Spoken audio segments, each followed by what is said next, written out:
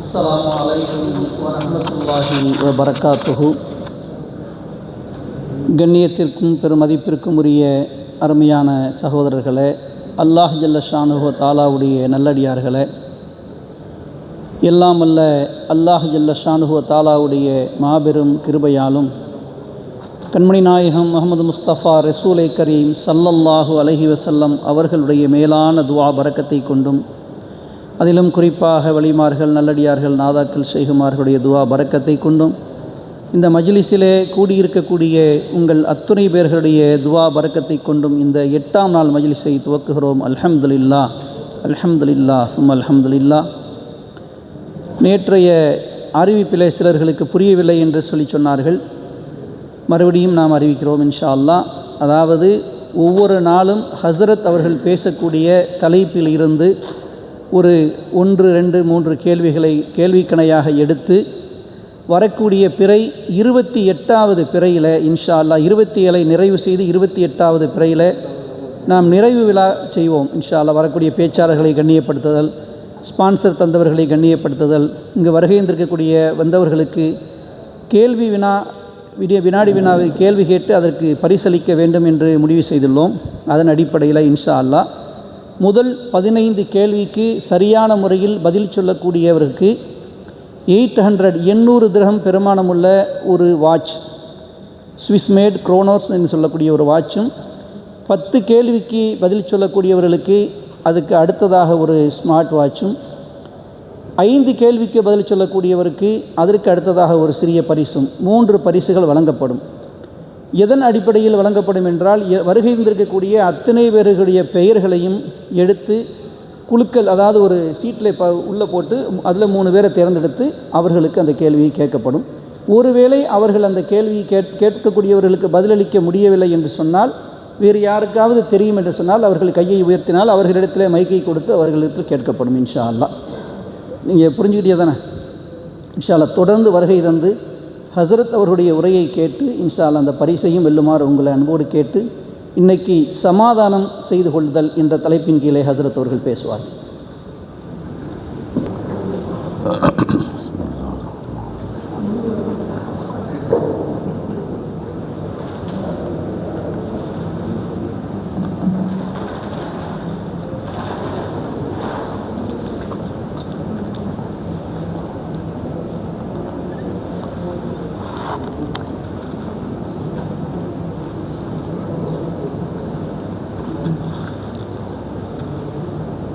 अस्सलामु अलैकुम वरहमतुल्लाहि वबरकातुहु. नहमदुहु व नसल्ली अला रसूलिहिल करीम. अल्लाहुम्मा सल्ली अला मुहम्मदिन शम्सिल अंबिया'i बदरिल मुरसलीन व कुतुबिल औलिया'i व इफ्तिखारिल मुत्तकीन व ताजिल उम्मति शफीइल मुज़निबीन शफी'i यौमल क़ियामति अल्लाहु या हादी.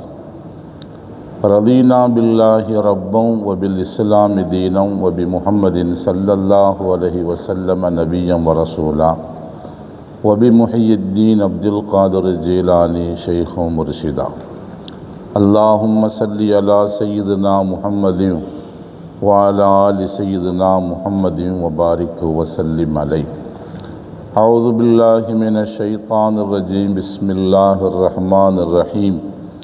यसअलूनक अनिल अनफ़ाल कुलिल अनफ़ालु लिल्लाहि वर रसूल वत्तक़ुल्लाह व अस्लिहू ज़ात बैनिकुम व अतीउल्लाह व रसूलहू इन कुन्तुम मुमिनीन. अल्लाहुम्मा सल्लि अला मुहम्मदिन हत्ता ला यबक़ा मिन सलवातिक शैउन व बारिक अला मुहम्मदिन हत्ता ला यबक़ा मिन बरकातिक शैउन वसल्लिम अला मुहम्मदिन हत्ता ला यबक़ा मिन सलामिक शैउन बिरहमतिक या अर्हमर राहिमीन. அளவற்ற அருளாளனும் நிகரற்ற அன்புடையவனுமாகிய அல்லாஹுவின் திருப்பெயர் போற்றி ஆரம்பம் செய்கிறோம். சாந்தியும் சமாதானமும் எம்பெருமான் முஹம்மது ஸல்லல்லாஹு அலைஹி வஸல்லம் அவர்களின் மீதும் அவர்களை பின்பற்றிய சத்திய சஹாபாக்கள் அனைவர்கள் மீதும், அம்பியாக்கள், அவுலியாக்கள், குத்துபுகள், கௌசுகள், குறிப்பாக இங்கு குழுமியிருக்கிற நம் அனைவர்கள் மீதும் இறைவனின் வற்றா பெருங்கருணை என்றென்றும் குறைவின்றி பொழியட்டுமாக என பிரார்த்தித்த பின்னால், கண்ணியத்திற்கும் பெருமதிப்பிற்கும் உரித்தான சகோதரர்களே, பெரியவர்களே, 1446 ஹிஜ்ரி ஆண்டின் புனித ரமலான் மாதத்தின் 8வது தராவீஹ் நிறைவேற்றிருக்கிறது. அல்லாஹுக்கு சுப்ஹானஹு வ தஆலா புனிதமான இந்த மாதத்தில் பகல் காலங்களில் நோன்பு வைப்பதற்கும் இரவு காலங்களில் நின்று வணங்குவதற்கும் நமக்கு தௌஃபீக்கு செய்திருக்கிறான். பகல் காலத்து நோன்புகளிலேயும் இரவு காலத்து வணக்கங்களிலேயும் ஏற்பட்டிருக்கிற குற்றம் குறைகளையெல்லாம் அல்லாஹுக்கு சுப்ஹானஹு வ தஆலா பெருந்தன்மையோடு மன்னித்து அதை கபூல் செய்து கொள்ளுவானாக. மீதம் இருக்கிற நாட்களில் பகல் காலத்து நோன்புகளையும் இரவு காலத்து வணக்கங்களையும் இன்ன பிற இபாதத்துகளையும் நிறைவாக செய்கிற பாக்கியத்தை அல்லாஹ் நமக்கு தந்தருளுவானாக. இந்த ரமலானையும் நாம் நோக்கிற நோன்பையும் மறுமையில் நமக்கு சாதகமாக சாட்சி சொல்லுகிற ரமலானாகவும் நோன்பாகவும் அல்லாஹ் ஆக்கி தந்தருளுவானாக. கண்ணியத்திற்குரிய சகோதரர்களே, ஒவ்வொரு நாளும் அன்றன்று தராபிகில் ஓதப்படுகிற வசனங்களில் ஏதாவது ஒரு வசனத்தின் அடிப்படையில் சில செய்திகளை நாம் பேசிக்கொண்டு வருகிறோம். அதன் அடிப்படையில் இன்றைக்கு சூரத்துல் அன்ஃபாலுடைய முதல் வசனம், யஸ்அலூனக அனில் அன்ஃபால் குலில் அன்ஃபாலு லில்லாஹி வர் ரசூல் என்று ஆரம்பம் செய்கிற இந்த வசனத்தில் அல்லாஹுக்கு சுப்ஹானஹு வ தஆலா ஒரு செய்தியை பேசுகிறான். நபியே, அவர்கள் போர் செல்வங்கள் குறித்து அவர்கள் உம்மிடத்தில் கேட்கிறார்கள். குலில் அன்ஃபாலு லில்லாஹி வர் ரசூல், போர் செல்வங்கள் அல்லாஹ்வுக்கும் அல்லாஹுடைய ரசூலுக்கும் சொந்தம் என்று நீங்கள் சொல்லிவிடுங்கள் என்று அல்லாஹ் பேசுகிறான். பொதுவாக போர் செல்வத்திற்கு அரபியில் 2 பெயர் உண்டு. ஒன்று கனீமத் என்று ஒரு பெயர், அதை நீங்கள் அதிகமாக அந்த பெயரை கேள்விப்பட்டிருக்கலாம். போர் செல்வத்து அது சம்பந்தமாகவும் இன்றைக்கு வசனத்தில் ஓதப்பட்டிருக்கிறது. வாலமு அன்னமா கனிம்தும் மின் ஷையின் என்று அந்த வசனமும் இதற்கு இன்றைக்கு வந்தது. சகோதரர்களே, போர் செல்வத்திற்கு 2 பெயர் உண்டு. ஒன்று கனீமத், இன்னொன்று அன்ஃபால் என்று அதற்கு பெயர். கனீமத் என்றால் எதற்கு சொல்வதென்றால், சஹாபா பெருமக்குடைய படை போகிறது, முஸ்லீமுடைய படை போகிறது, அவர்கள் போரிடுகிறார்கள், வெற்றி கொள்கிறார்கள், அங்கே போர் செல்வங்களை கைப்பற்றுகிறார்கள், போர் நடந்து கைப்பற்றுகிறார்கள். இதற்கு கனீமத் என்று சொல்லுவது. போனார்கள், ஆனால் எதிரிகள் இவர்களுடைய வருகையை தெரிந்து கொண்டு பயந்து போய் ஓடி போய் விட்டார்கள். என்றாலும் இப்போது அந்த பொருள்களெல்லாம் இவர்களுக்குத்தான் சொந்தம். போர் நடக்காமல் கைப்பற்றப்படுகிற பொருள்களுக்கு, அது போர் செல்வங்களுக்கு அன்ஃபால் என்று பெயர். இதுதான் வித்தியாசம். இந்த கனீமத் இருக்கிறதே, போர் நடந்து போர் செல்வங்கள் கைப்பற்றப்படுகின்றனவே, அது அந்த போராளிகளுக்கு மத்தியில் பங்கு வைத்து கொடுக்கப்படும். அது பொருளாக இருந்தாலும் சரிதான், அதில் பிடிக்கப்படுகிற கைதிகளாக பிடிக்கப்படுகிறவர்கள் அடிமையாக பங்கு வைக்கப்படுவார்கள். பொருளும் பங்கு வைக்கப்படும், மனிதர்களும் பங்கு வைக்கப்படுவார்கள். இதற்கு கனீமத் என்று சொல்லுவது. போர் நடப்பதற்கு முன்பே எதிரிகள் ஓடி போய் விட்டார்கள், இல்லை சரணடைந்து விட்டார்கள் என்றால், அவர்கள் இல்லைன்னா ஒரு அபராத தொகையை அவர்கள் கட்டி அவர்கள் சரணடைந்து விட்டார்கள் என்றால் அதற்கு பெயர் அன்ஃபால். இந்த பொருள் பங்கு வைக்கப்படாது. இது அல்லாஹுடைய ரசூலுடைய கட்டுப்பாட்டில் இந்த பொருள்களெல்லாம் இருக்கும். அவர்கள் பொது காரியங்களுக்காக அதை செலவிடுவார்கள். நபி தன்னுடைய சொந்த செலவுக்காக, குடும்பத்திற்காக செலவிட மாட்டார்கள். பொது காரியங்களுக்காக ஏதாவது ஒரு வருகிறார், வெளியூரிலிருந்து வருகிறார், உதவி தேடுகிறார், அவருக்கு தருவார்கள். இல்லை அடுத்து போருக்காக போர் தளவாடங்கள் வாங்க வேண்டியது இருக்கிறது, அதற்காக அதை செலவிடுவார்கள். ஆயுதங்கள் வாங்க வேண்டியது இருக்கிறது, அதற்காக செலவிடுவார்கள். பள்ளிவாசல் பராமரிப்பு பணி நடந்து கொண்டிருக்கிறது, அதற்காக செலவிடுவார்கள். இப்படி பொது காரியங்களுக்காக நபி ஸல்லல்லாஹு அலைஹி வஸல்லம் அந்த அன்ஃபால் என்கின்ற போர் செல்வங்களை தன்னுடைய கட்டுப்பாட்டில் வைத்து கொண்டு செலவிடுவார்கள். இதுதான், அதைத்தான் அல்லாஹ் பேசுகிறான். யஸ்அலூனக அனில் அன்ஃபால், நபியே அவர்கள் அன்ஃபால் குறித்து, போர் செல்வங்கள் குறித்து அவர்கள் கேட்கிறார்கள் உம்மிடத்திலே.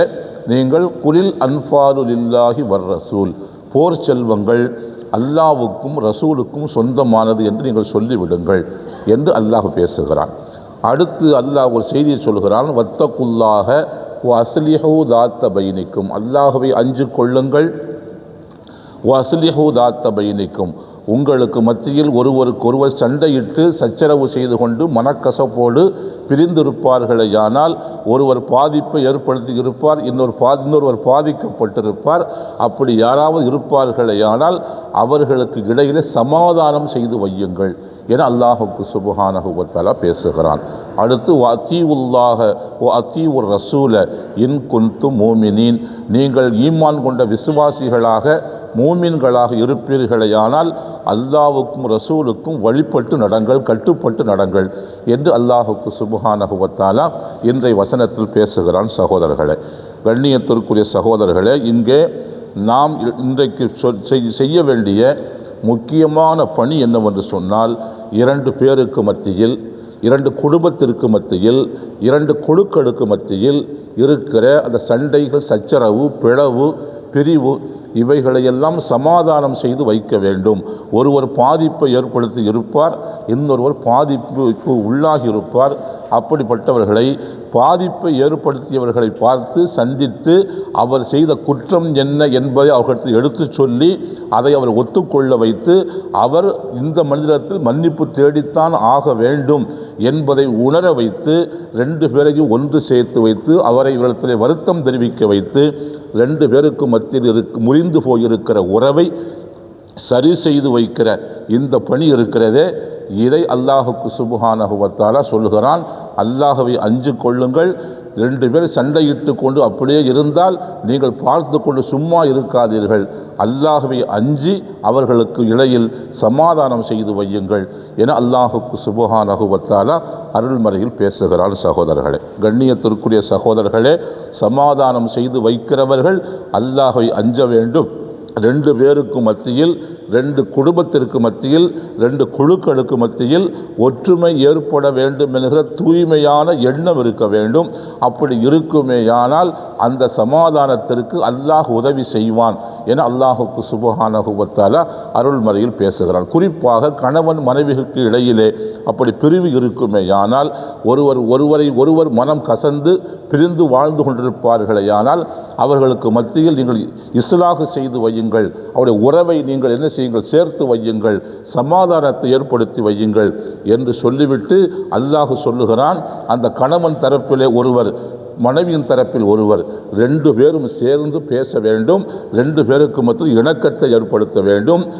யுரீதா இஸ்லாஹை யுவஃபிக்குல்லாஹு பைனஹுமா, அந்த சமாதானம் பேச வருகிற ரெண்டு பேருக்குமே, ரெண்டு கணவன் மனைவியாக இருக்கிற ரெண்டு பேரும் சேர்ந்து வாழ வேண்டும் என்கிற உண்மையான அக்கறை இருக்குமேயானால் அதற்கு அல்லாஹ் உதவி செய்வான் என அல்லாஹுக்கு சுப்ஹானஹு வ தஆலா பேசுகிறான். சகோதரர்களே, கண்ணியத்திற்குரிய சகோதரர்களே, அந்த வகையிலே கணவன் மனைவிக்கு மத்தியிலே சமாதானம் செய்து வைப்பது, அதுபோல் ரெண்டு நபர்களுக்கு மத்தியில் சமாதானம் செய்து வைப்பது. அல்லாஹுக்கு சுப்ஹானஹு வ தஆலா இன்னொரு வசனத்தில் பேசுகிறான், இன்னமல் மூமினூன இஹ்வத்துன் ஃபஅஸ்லிஹு பைன அஹவைக்கும், மூமின்கள் எல்லோரும் சகோதரர்கள் தான். அல்லாஹ் சொல்லுகிறான், மூமின்கள் அனைவரும் சகோதரர்கள் தான்.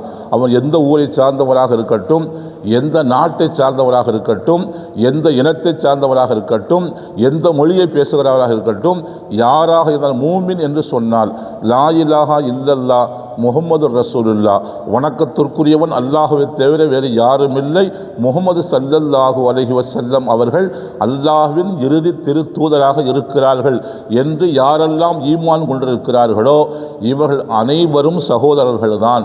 அவர்களுக்கு மத்தியிலே சண்டைகள் ஏற்படலாம், சச்சரவுகள் ஏற்படலாம், மனக்கசப்புகள் ஏற்படலாம், மனமாச்சரியங்கள் ஏற்படலாம். அப்படி ஏற்பட்டு அவர்கள் பிரிந்திருப்பார்களேயானால் அவர்களுக்கு இடையில் சமாதானம் செய்து வையுங்கள் என அல்லாஹுக்கு சுப்ஹானஹு வ தஆலா அருள்மறையில் பேசுவதை பார்க்கிறோம். சகோதரர்களே, அங்கேயும் அல்லாஹ் சொல்லுகிறான், வத்தகுல்லாஹ், அல்லாஹ்வை அஞ்சு கொள்ளுங்கள், லஅல்லக்கும் துர்ஹமூன், அப்படி அஞ்சி நீங்கள் செய்வீர்களேயானால் அல்லக்கும் துரஹமூன், அல்லாஹ்வால் கருணை செய்யப்படுவீர்கள், இரக்கம் காட்டப்படுவீர்கள், ரஹமத்து செய்யப்படுவீர்கள் என அல்லாஹுக்கு சுப்ஹானஹு வ தஆலா பேசுகிற செய்திகளை எல்லாம் நாம் பார்க்கிறோம். சகோதரர்களே, கண்ணியத்திற்குரிய சகோதரர்களே, அல்லாஹ் சொல்லுகிறான் இன்னும் வசனத்திலே, லா ഖൈറ ஃபீ கஸீரின் மின் நஜ்வாஹும் இல்லா மன் அமர பி ஸதகத்தின் அவ் மாரூஃபின் அவ் இஸ்லாஹின் பைனன் நாஸ். அதாவது சில நபர்கள் ஏதோ குசுன்னு பேசிக்கொண்டே இருப்பார்கள், ரகசியம் பேசிக்கொண்டே இருப்பார்கள். எந்த ரகசியத்திலும் எந்த நன்மையும் இல்லை. அல்லாஹ் சொல்லுகிறான், லா ഖൈറ ஃபீ கஸீரின் மின் நஜ்வாஹும், அவர்கள் பேசுகிற ரகசியத்தில் எந்த நன்மையும் இல்லை.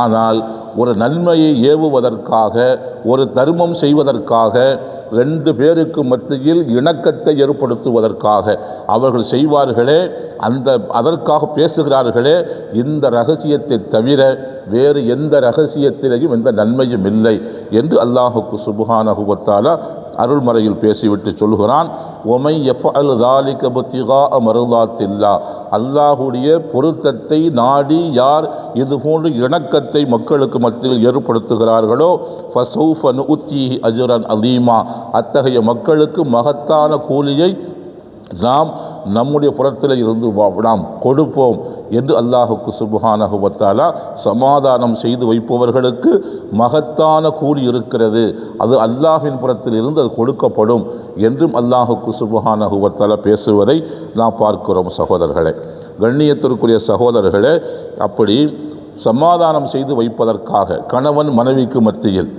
அண்ணன் தம்பிக்கு மத்தியில், ஒரு முஸ்லிமுக்கும் இன்னொரு முஸ்லிமுக்கும் மத்தியில், ஒரு குழுவுக்கும் இன்னொரு குழுவுக்கும் மத்தியில், ஒரு குடும்பத்திற்கும் இன்னொரு குடும்பத்திற்கும் மத்தியில் சமாதானம் செய்து வைப்பதற்காக, சமாதானத்தை ஏற்படுத்துவதற்காக, இணக்கத்தை ஏற்படுத்துவதற்காக பொய் சொல்லலாம் என ஸல்லல்லாஹு அலைஹி வஸல்லம் சொல்கிறார்கள்.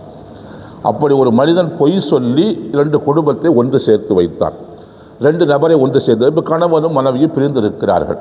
கணவனை பார்த்து பேசுகிறான், என்னப்பா இப்படி உன்னுடைய மனைவியிடத்தில் இப்படி சண்டை போட்டு தனியாக இருக்கிறாயே, அந்த நீ சண்டை போட்டதில் இருந்து அந்த பிள்ளை எப்போ பார்த்தாலும் உன் நினைவும் அழுதுகிட்டே இருக்குது. சும்மா பொய் சொல்லலாம், அவள் அழுதுருக்கவே மாட்டான், சனியும் தொலைஞ்சிச்சு என்று இருக்கலாம்.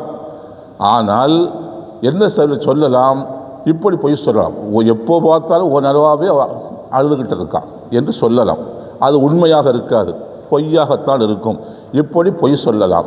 அவனிடத்தில் போய், என்னப்பா இப்படி மனைவியிட்ட சண்டை போட்டு தனியாக வந்துட்டிய, எப்போ பார்த்தாலும் ஒவ்வொரு நினைப்பாகவே தான் இருக்கிறான், 2 நாள் அவன் சாப்பிடவே இல்லையாம். அவங்க அத்தா சொன்னார், அவங்க அம்மா சொன்னாங்க, இப்படி பொய் சொல்லலாம். இவன் இல்லைங்கிறத கூட அதிகமாக கூட சாப்பிட்ருக்கலாம் ஒரு சந்தோஷத்தில். ஆனால் இப்படி சொல்லுவதில் தப்பு இல்லை.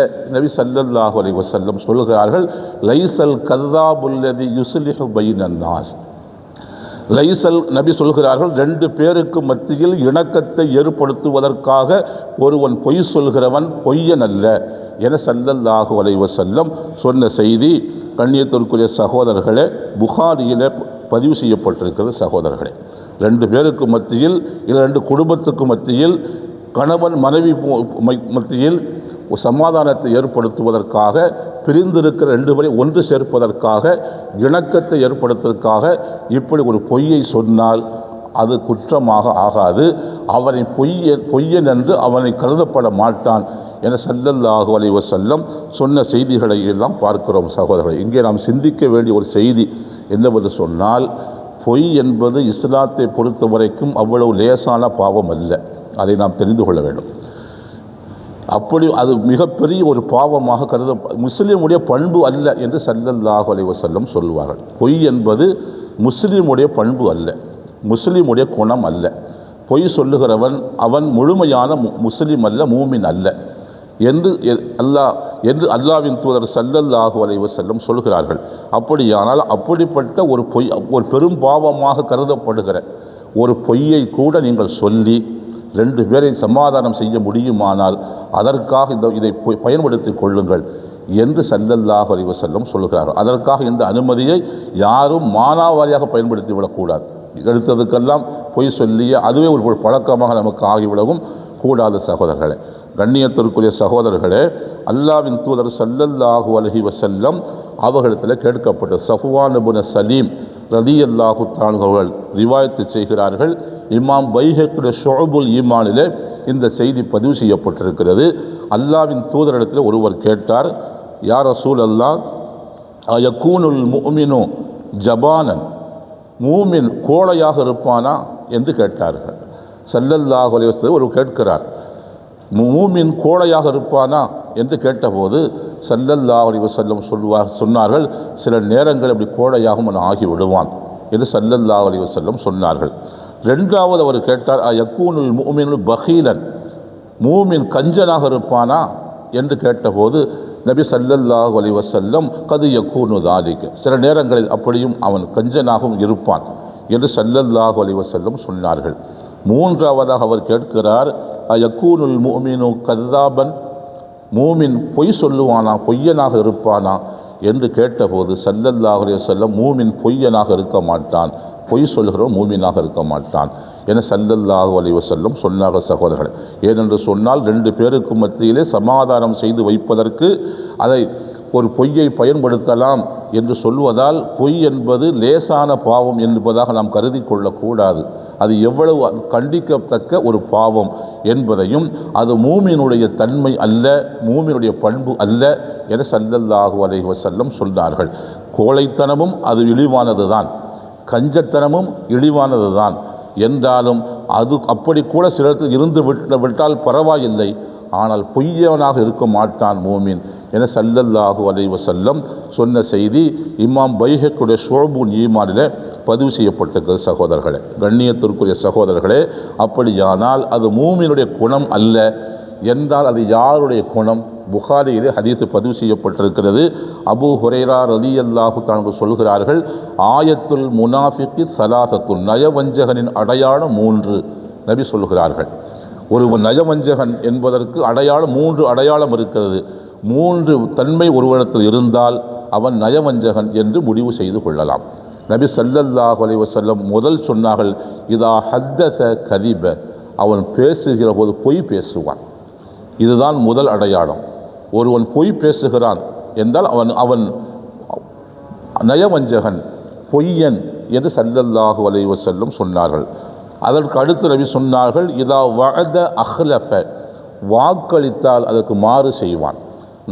இன்றைக்கு வாங்கிவிட்டு நாளைக்கு தருவதாக சொல்லுவான், ஆனால் அதை வாக்கு மீறுவான். நாளைக்கு 10 மணிக்கு நான் வருகிறேன் என்று சொல்லுவான், என்னை நம்பி இந்த காரியத்தை செய்யலாம் என்று சொல்லுவான், மாறு செய்வான். இதா வஅத அஹ்லஃப, அவன் வாக்களித்தால் அந்த வாக்குக்கு மாறு செய்வான். இது 2வது அடையாளம் என்று ஸல்லல்லாஹு அலைஹி வஸல்லம் சொன்னார்கள்.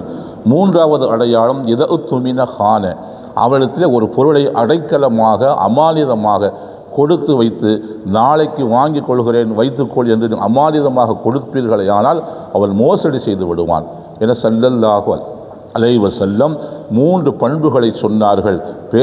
பேசுகிற போது பொய் பேசுவான், வாக்களித்தால் மாறு செய்வான், ஒரு பொருளை நம்பி ஒப்படைத்தால், அதுபோல் பொருளை மட்டுமல்ல ஒரு செய்தியை சொல்லி இந்த செய்தி அமானிதம், யாரிடமும் சொல்ல வேண்டாம் என்று சொன்னாலும் அதற்கு அவர் மோசடி செய்து விடுவான் என ஸல்லல்லாஹு அலைஹி வஸல்லம் நயவஞ்சகனின் அடையாளம் 3 என்று சொன்னார்கள். அந்த 3இல் முதலாவது பொய் பேசுவது என்று சொன்னால், பொய் பேசுவது என்பது அது நயவஞ்சகனின் அடையாளம், மூமினுடைய அடையாளம் அல்ல.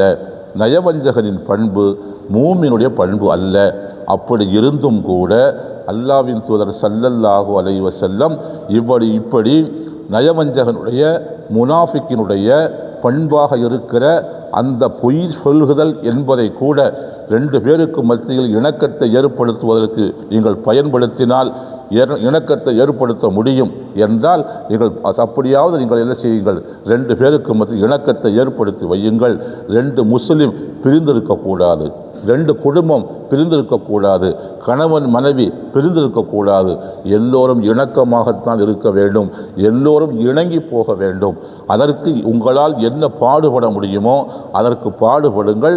அப்படி அல்லாஹ்வுடைய திருப்தியை நாடி யார் இந்த இணக்கத்தை ஏற்படுத்துகிற இந்த செயலை யார் செய்து வைக்கிறாரோ அவருக்கு அல்லாஹுடைய புறத்தில் இருந்து மகத்தான கூலி இருக்கிறது, அதை நாம் தருவோம் என அல்லாஹுக்கு சுப்ஹானஹு வ தஆலா பேசுகிறான். சகோதரர்களே, கண்ணியத்திற்குரிய சகோதரர்களே, பொய் என்பது அது மூமினுடைய குணம் அல்ல. பொய் என்பது அது முனாஃபிக்கு நயவஞ்சகளுடைய குணம். அது மட்டுமல்ல சகோதரர்களே, அல்லாஹ்வின் தூதர் ஸல்லல்லாஹு அலைஹி வஸல்லம் சொல்கிறார்கள். இப்னு உமர் ரலியல்லாஹு தஆலா அன்ஹு அவர்கள் ரிவாயத்து செய்கிற இந்த ஹதீஸ் இமாம் ஹராயித்தி ரஹ்மத்துல்லாஹி அலைஹி அவருடைய மசாவியுல் அஹ்லாக்கிலே பதிவு செய்யப்பட்டிருக்கிறது. ஸல்லல்லாஹு அலைஹி வஸல்லம் சொல்கிறார்கள், இன்னல் அப்த யக்திபு அல் கிذபத்த, ஒரு அடியான் அவன் பொய் சொல்லுகிறான். அந்த பொய் சொல்வதன் மூலமாக அவனுடைய வாயிலிருந்து ஒரு துர்நாற்றம் ஏற்படுகிறது. அந்த துர்நாற்றத்தின் காரணமாக அவனோடு இருக்கிற ரஹமத்துடைய மலக்குகள் 1 மைல் தூரத்திற்கு ஓடி விடுகிறார்கள், விரண்டு ஓடி விடுகிறார்கள் என அல்லாஹ்வின் தூதர் ஸல்லல்லாஹு அலைஹி வஸல்லம் சொன்னார்கள். நன்மை தீமைகள் எழுதுகிற மலக்குகள் அவர்கள் எப்போதும் இருப்பார்கள்.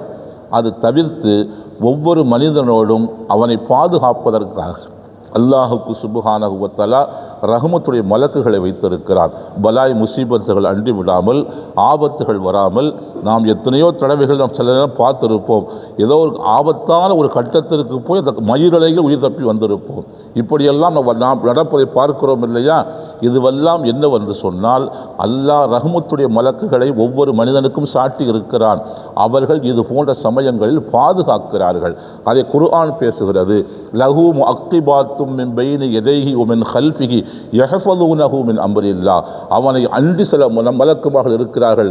அவனுக்கு முன்னாலும் அவனுக்கு பின்னாலும் அவனை சுற்றியும் இருந்து அவனை பாதுகாக்கிறார்கள். யஹ்ஃபதுனஹு மின் அம்ரில்லாஹ், அந்த அல்லாஹுடைய அனுமதி கொண்டு அல்லாஹுடைய உத்தரவுக்கு இணங்கி அந்த மனிதர்களை அவர்கள் பாதுகாக்கிறார்கள் என அல்லாஹுக்கு சுப்ஹானஹு வ தஆலா ஒவ்வொரு மனிதனுக்கும் ரஹமத்துடைய மலக்குகளை அல்லாஹ் வைத்திருக்கிறான்.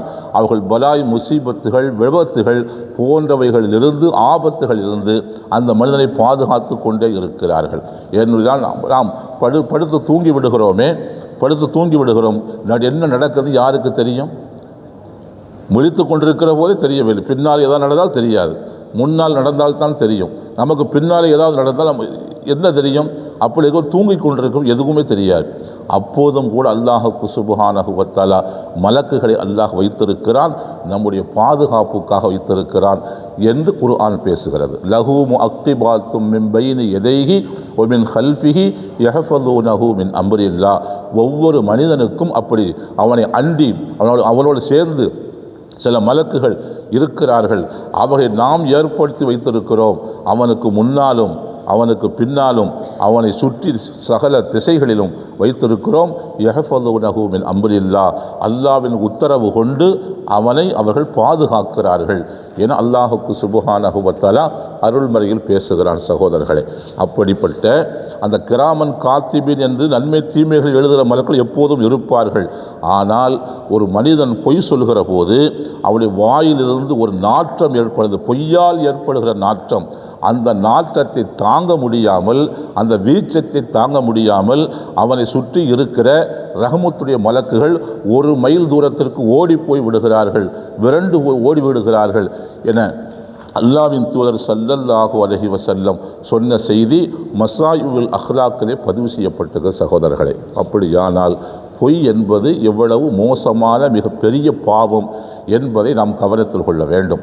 அது மூமினுடைய பண்பு அல்ல, அது முனாஃபிக்குடைய பண்பு. அதை சொல்லுவதால் ரஹமத்துடைய மலக்குகள் விரண்டு ஓடி விடுகிறார்கள். இப்படி இருந்தும் கூட பொய்க்கு இது மட்டுமல்ல, இன்னும் ஸல்லல்லாஹு அலைஹி வஸல்லம் சொல்லுகிற செய்திகளை பார்க்கிறோம். சகோதரர்களே, அப்துல்லாஹ் இப்னு மஸ்ஊத் ரலியல்லாஹு தஆலா அவர்கள் ரிவாயத்து செய்கிறார்கள். புகாரியிலே இந்த ஹதீஸ் பதிவு செய்யப்பட்டிருக்கிறது. இன்ன சிதுக யஹ்தி இலல் பிர், உண்மை என்பது, உண்மையை பேசுவது, உண்மையாக நடந்து கொள்வது. இப்படி யார் நடந்து கொள்கிறாரோ இந்த உண்மை ஒரு மனிதர் யார் அந்த உண்மை பேசுகிறாரோ அது அவரை நன்மையின் பக்கம் கொண்டு போய் சேர்க்கிறது, அந்த நன்மை அவனை சுவனத்திற்கு கொண்டு போய் சேர்க்கிறது என ஸல்லல்லாஹு அலைஹி வஸல்லம் சொன்னார்கள். அதுபோல நபி இன்னும் சொன்னார்கள், வ இன்னல் கிதுப யஹ்தி இலல் ஃபுஜூர், பொய் என்பது மனிதனை பாவத்தின் பக்கம் கொண்டு போய் சேர்க்கிறது, பாவம் அவனை நரகத்தில் கொண்டு போய் சேர்க்கிறது என ஸல்லல்லாஹு அலைஹி வஸல்லம் சொன்ன செய்திகளை பார்க்கிறோம். சகோதரர்களே, கண்ணியத்திற்குரிய சகோதரர்களே, அப்படியானால் உண்மை சொல்லுகிறவர்கள் அவர்கள் நன்மையின் பக்கம் போய் சேருகிறார்கள், அந்த நன்மை அவர்களை சுவனத்திற்கு கொண்டு போய் சேர்க்கிறது என்று சொன்னால், உண்மை என்பது ஒவ்வொரு மனிதனையும் சொர்க்கத்திற்கு கொண்டு போய் சேர்க்கிறது, பொய் என்பது ஒவ்வொரு மனிதனையும் அதை உரியவனை நரகத்திற்கு கொண்டு போய் சேர்க்கிறது என்கிற செய்திகளை எல்லாம் நாம் பார்க்கிறோம். சகோதரர்களே, இப்படி சொல்லிவிட்டு ஸல்லல்லாஹு அலைஹி வஸல்லம் சொன்னார்கள், வ இன்னர் ரஜுல லயக்திபு ஹத்தா யக்துப இந்தல்லாஹி கذாபன், இப்படியே ஒரு மனிதன் பொய்யாகவே பேசிக்கொண்டே இருந்தான் என்றால் அவன் பேசுவது அதிகமாக அவனுடைய வாழ்க்கையில் அவருடைய சொல்லில் அதிகமான பொய்கள் கலந்து விடுமேயானால், பொய் சொல்லி சொல்லி சொல்லி ஒரு கட்டத்திற்கு மேல் அல்லாஹுடைய சமூகத்தில் அவன் பொய்யன் என்று எழுதப்படுகிறான் என அல்லாஹ்வின் தூதர் ஸல்லல்லாஹு அலைஹி வஸல்லம் சொன்ன செய்தி புகாரியிலே பதிவு செய்யப்படுகிறது. சகோதரர்களே, அப்படியானால் பொய் என்பது மூமினுடைய குணம் அல்ல, அது முனாஃபிக்குடைய குணம். அதை சொல்வதன் காரணமாக மலக்குமார்கள் விரண்டு ஓடி விடுகிறார்கள். அந்த பொய் ஒரு மனிதனை நரகத்தில் கொண்டு போய் சேர்க்கிறது. இவ்வளவு பாரதூரமான ஒன்றாக பொய் இருக்கிறது. சகோதரர்களே, கண்ணியத்திற்குரிய சகோதரர்களே, இப்படி பலமாக பெரிய பாவமாக கருதப்படுகிற ஒரு அருவருக்கத்தக்க பாவமாக கருதப்படுகிற இந்த பொய்யை கூட ஒரு இடத்தில் அல்லாஹ்வின் தூதர் பயன்படுத்தி கொள்ள அனுமதிக்கிறார்கள் என்று சொன்னால், அது 2 பேருக்கு மத்தியில் சமாதானம் செய்வதற்காக மட்டும் அதை பயன்படுத்தி கொள்ளுங்கள் என ஸல்லல்லாஹு அலைஹி வஸல்லம் சொல்கிறார். என்றால் 2 பேருக்கு மத்தியில் சமாதானம் செய்து வைப்பது என்பது எவ்வளவு ஒரு முக்கியமான தலையாய கடமை என்பதை நாம் கவனத்தில் கொள்ள வேண்டும். சகோதரர்களே, கண்ணியத்திற்குரிய சகோதரர்களே, அடுத்து அல்லாஹ்வின் தூதர் ஸல்லல்லாஹு அலைஹி வஸல்லம் குறித்து ஒரு செய்தி அப்துல்லாஹ் இப்னு ஆமிர் ரலியல்லாஹு தஆலா சொல்கிறார்கள். அவர் சொல்கிறார், நான் சிறு குழந்தையாக இருந்தேன், வீட்டிற்கு வெளியே நான் விளையாடி கொண்டிருந்தேன். அப்போது அல்லாஹ்வின் தூதர் ஸல்லல்லாஹு அலைஹி வஸல்லம் எங்களுடைய வீட்டிற்கு நபி அவர்கள் வந்திருந்தார்கள்.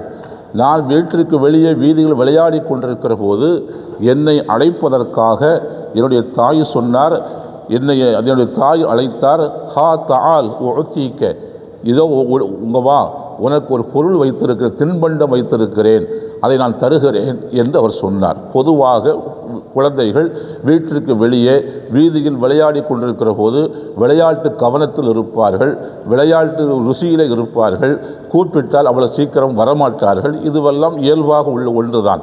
அப்போது அழைப்பதற்கு என்ன செய்வார், தாய் என்ன செய்வார் என்றால், நீ வந்தால் உனக்கு மிட்டாய் தருவேன், உனக்காக முறுக்கு வைத்திருக்கிறேன், ஏதோ மிட்டாய் வைத்திருக்கிறேன் என்று சொல்லி என்ன செய்வார், அவர்களை அழைப்பார். இதுவெல்லாம் இயல்பாக நடக்கிற ஒன்றுதான். அதுபோல அவர் சொல்கிறார், என்னுடைய தாய் நான் வீதியில் விளையாடி கொண்டிருக்கிற போது இங்கே வா, நான் உனக்கு ஒரு தின்பண்டம் வைத்திருக்கிறேன், நான் தருகிறேன் என்று சொல்லி என்னை என்னுடைய தாய் அழைத்தார்கள். அப்போது அல்லாஹ்வின் தூதர் ஸல்லல்லாஹு அலைஹி வஸல்லம் என்னுடைய தாயிடத்தில் கேட்டார்கள், ஒமா அரத்தி அன் துஅத்தியஹு, நீ அவருக்கு என்ன கொடுக்கலாம் என்று நினைத்து அழைத்தாய் என்று கேட்டார்கள். அதாவது சும்மா இப்படி சொல்லி அழைத்தாயா, இல்லை ஏதாவது ஒரு பொருளை கொடுக்கலாம் என்று சொல்லி அழைத்தாயா, என்ன எண்ணத்தில் அழைத்தாய் என்று என்னுடைய தாயிடத்தில் கேட்டார்கள். அவர் என்னுடைய தாய் சொன்னார், உஅத்தீஹி தம்ரன், பேரித்தம்பழத்தை கொடுக்கலாம் என்பதற்காக, அப்படி சொன்னால் வருவார், அப்படி வந்தால் கொடுக்கலாம் என்று தான் நான் அழைத்தேன் என்னுடைய தாய் சொன்னார். அப்போது அல்லாஹ்வின் தூதர் ஸல்லல்லாஹு அலைஹி வஸல்லம் என்னுடைய தாயிடத்திலே சொன்னார்கள், அம்மா இன்னக்கி லம் துஅத்திஹி ஷைஅன் குத்திபத் அலைக்க கிதுபத்தன், அப்படி நீ அவர் கூப்பிட்டு அவர் வந்து ஏதாவது கொடுக்கவில்லை என்று சொன்னால், இல்லை அப்படி சொல்லி கூப்பிட்டால் தான், பொய் சொல்லி கூப்பிட்டால் தான் வருவார் என்பதற்காக நீ அப்படி சொல்லி இருந்தால் பொய் சொல்லி இருந்தால் இதற்கும் கூட உன்னுடைய கணக்கில் ஒரு பொய் எழுதப்படும் என அல்லாஹ்வின் தூதர் ஸல்லல்லாஹு அலைஹி வஸல்லம் சொன்னார்கள். சகோதரர்களே, கண்ணியத்திற்குரிய சகோதரர்களே, இந்த பொய் இருக்கிறதே, குழந்தைகள் வீதியில் விளையாடி கொண்டிருக்கிறார்கள், அவர்களை அழைக்கிறோம், விளையாட்டு கவனத்தில் வராமல் தொடர்ந்து விளையாடி கொண்டே இருக்கிறார்கள். அப்போது நாம் ஏதாவது அதை தருகிறேன் இதை தருகிறேன் என்று தாய் ஒரு பொய்யை சொல்லி அழைக்கிறார். இந்த பொய்யால் யாருக்கும் எந்த பாதிப்பும் இல்லை, எந்த பாதகமும் இல்லை. இன்னும் சொல்ல போனால் அந்த குழந்தைக்கு நன்மைக்காகத்தான் இந்த பொய் சொல்லப்படுகிறது. நீண்ட நேரம் ஆகிவிட்டது, குழந்தை சாப்பிட வேண்டும் என்பதற்காக, இல்லை கால்கையில் அடிபட்டு போய்விடலாம் என்று ஏதோ ஒரு நல்ல நோக்கத்திற்காகத்தான் இந்த பொய் சொல்லப்படுகிறது. இந்த பொய்யின் மூலமாக யாருக்கும் எந்த பாதிப்பும் எந்த பாதகமும் இல்லை என்றாலும் கூட அல்லாஹ்வின் தூதர் சொல்கிறார்கள், இந்த பொய் கூட சொல்லக்கூடாது. இப்படி இதற்காக பொய் சொன்னாலும் யாருக்கும் எந்த பாதிப்பும் இல்லாமல் எந்த பாதகமும் இல்லாமல் ஒரு பொய் சொல்லப்படுமேயானால் அந்த பொய்யும் அவருடைய கணக்கில் அவருக்கு பாதகமாக எழுதப்பட்டுவிடும் என ஸல்லல்லாஹு அலைஹி வஸல்லம் சொன்ன செய்தியை அபூதாவுதிலே பதிவு செய்யப்பட்டிருக்கிறது. சகோதரர்களே, கண்ணியத்திற்குரிய சகோதரர்களே, அப்படியானால் என்ன பொய் என்றால் பொய் இந்த அளவுக்கு கண்டிக்கப்பட்டிருக்கு. ஏனென்று சொன்னால் 2 பேருக்கு மத்தியில் இணக்கத்தை ஏற்படுத்துவதற்காக, சமாதானத்தை ஏற்படுத்துவதற்காக பொய் சொல்லுவதற்கு நபி ஸல்லல்லாஹு அலைஹி வஸல்லம் அனுமதி தந்திருக்கிறார்கள் என்பதை மட்டும் சொன்னால், ஓஹோ, அப்போ பொய்யை எல்லா இடத்திலையும் பயன்படுத்தி கொள்ளலாமோ என்று நீங்கள் பொய்யை லேசாக எண்ணிவிடக்கூடாது என்பதற்காகத்தான் இது சம்பந்தமான செய்திகளை எல்லாம் நாம் பேசுகிறோம். சகோதரர்களே, கண்ணியத்திற்குரிய சகோதரர்களே, அடுத்து அல்லாஹ்வின் தூதர் ஸல்லல்லாஹு அலைஹி வஸல்லம் உடைய சமூகத்திற்கு ஒருவர் வந்தார். ஒரு மனிதனிடத்தில் பொய் போய்விட்டு என்று வைத்துக் கொள்ளுங்கள், அவனிடத்தில் இருக்கிற எல்லா தவறுகளிலும் அவனை விட்டு போய்விடும். பொய் அவனை விட்டு போய்விட்டால் உண்மையை மட்டும் பேசுவது என்கிற முடிவுக்கு ஒரு மனிதன் வந்துவிட்டான், பொய் பேசுவதே இல்லை என்கிற முடிவுக்கு ஒருவர் வந்துவிட்டான் என்று சொன்னால் அவரிடத்தில் அது அல்லாத வேறு என்னென்ன பாவங்களெல்லாம் இருக்கின்றனவோ, வேறு என்னென்ன குற்றங்களெல்லாம் தவறுகளெல்லாம் இருக்கின்றனவோ அவை எல்லாம் ஒவ்வொன்றாக அவனை விட்டு நீங்கி போய்விடும் என்கிற செய்தி ஹதீஸ் கிரந்தங்களில் பதிவு செய்யப்பட்டிருக்கிறது. இமாம் ஷமஹ்ஸரி ரஹ்மத்துல்லாஹி அலைஹி தன்னுடைய ரபீஉல் அப்ரார் என்கிற கிதாபில் ஒரு செய்தியை பதிவு செய்கிறார். அல்லாஹ்வின் தூதர் ஸல்லல்லாஹு அலைஹி வஸல்லம் சமூகத்திற்கு ஒரு வந்தார். வந்து சொன்னார், அல்லாஹ்வின் தூதர் அவர்களே, நான் விபச்சாரம் செய்கிறேன். அவர் சொல்கிறார், நான் திருடுகிறேன், மது அருந்துகிறேன், பொய் சொல்லுகிறேன். இதை ஏதாவது ஒன்றை விட வேண்டும் என்று சொன்னால் எதை விட வேண்டும் என்று சொல்லுங்கள். ஏதாவது ஒரு பாவத்தை உங்களுக்காக விட்டுவிட வேண்டும் என்று நான் நாடுகிறேன். இந்த 4 பாவத்தில் எதை விட வேண்டும் என்று எனக்கு சொல்லுங்கள் என ஸல்லல்லாஹு அலைஹி வஸல்லம் சொன்னார்கள். நான் இங்கே நன்றாக கவனிக்க வேண்டும். விபச்சாரம் செய்வதாக சொல்லுகிறார், திருடுவதாக சொல்கிறார், அதாவது யாருக்கும் தெரியாது, மறைமுகமாக அவர் செய்கிறார். விபச்சாரம் செய்வதாக சொல்கிறார், திருடுவதாக சொல்லுகிறார், அதுபோல அவர் மது அருந்துவதாக சொல்லுகிறார், பொய் சொல்லுவதாக சொல்லுகிறார். நம்மிடத்தில் இந்த 4 காரியத்தை சொன்னால் நாம் எதை பெரிய பாவம் என்று கருதுவோம்? ஒன்று விபச்சாரத்தை கருதுவோம், திருட்டை கருதுவோம், மது குடிப்பதை கருதுவோம். இவையெல்லாம் பெரிய பாவமாக கருதுவோம். பொய் தானங்க, அது சர்வசாதாரணமாக பொய்யெல்லாம் இல்லாமல் இருக்க முடியுமா என்று நாம் அது லேசான பாவமாக நாம் கருதுகிறோம். அவர் கேட்கிறார், இதில் ஏதாவது ஒன்றை விட வேண்டும் என்று சொன்னால் ஐயத்துஹுன்ன ஷிஅத்து தரக்குத்து லக்கு ஷிஅத்த தரக்குத்து லக்க யா ரசூலல்லாஹ், ஏதாவது ஒன்றை விட வேண்டும் என்று சொன்னால் உங்களுக்காக நான் எதை விட வேண்டும் என்று எங்களுக்கு சொல்லுங்கள் என்று சொன்னபோது அல்லாஹ்வின் தூதர் ஸல்லல்லாஹு அலைஹி வஸல்லம் அவர்கள் சொன்னார்கள், பொய்யை விட்டுவிடு என்று சொன்னார்கள். பொய்யை விட்டுவிடு என்று சொன்னார்கள். சரி என்று ஒத்துக்கொண்டார். அவர் அதற்கு பின் அங்கிருந்து போனார். எப்போதும் விபச்சாரம் செய்கிற இடத்திற்கு அவர் போய்விட்டார். போனதற்கு பின்னாலே அவர் சிந்தித்தார், அல்லாஹ்வின் தூதர் ஸல்லல்லாஹு அலைஹி வஸல்லம் அவர்கள் நாளைக்கு அவரை நபியை சந்திக்கிற போது நேற்று எங்கு சென்றாய், என்ன செய்தாய் என்று கேட்டால் நாம் என்ன சொல்வது? நபியிடத்தில் போய் நான் விபச்சாரம் செய்தேன் என்று சொல்ல முடியுமா? இதை பொய் சொன்னால் அவர்களுக்கு செய்து கொடுத்த ஒப்பந்தம் முறிந்து போய்விடுமே. அதனால் அந்த விபச்சாரத்தை விட்டு நான் வந்துவிட்டேன், செய்யாமல் வந்துவிட்டேன். இரண்டாவது, திருடுவதற்காக போனேன். திருடுவதற்காக போன இடத்திலே எனக்கு அதே மாதிரி சிந்தனை வந்தது.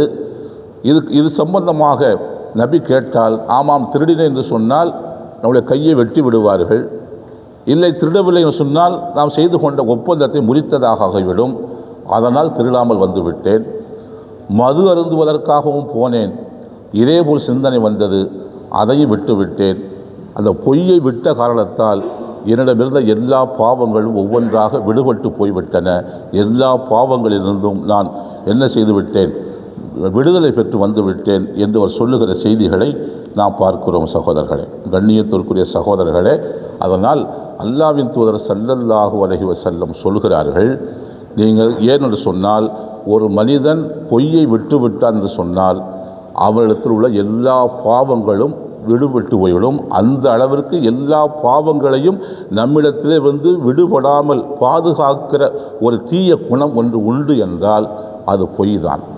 அந்த பொய்யை நபி இவ்வளவு வலியுறுத்தப்பட்டிருக்கிற, இவ்வளவு அசிங்கமாக, இழிவாக, அருவருப்பாக கருதப்படுகிற, பெரும்பாவமாக கருதப்படுகிற அந்த பொய்யை கூட 2 பேருக்கு மத்தியில் சமாதானம் செய்வதற்கு இந்த பொய்யை உங்களால் பயன்படுத்தி சமாதானம் செய்ய முடியுமேயானால் சமாதானம் செய்து வையுங்கள் என்று ஸல்லல்லாஹு அலைஹி வஸல்லம் சொன்னார் என்று சொன்னால் சமாதானம் என்பது எவ்வளவு மிகவும் முக்கியமானது என்பதை நாம் கவனிக்க வேண்டும் சகோதரர்களே, கண்ணியத்திற்குரிய சகோதரர்களே.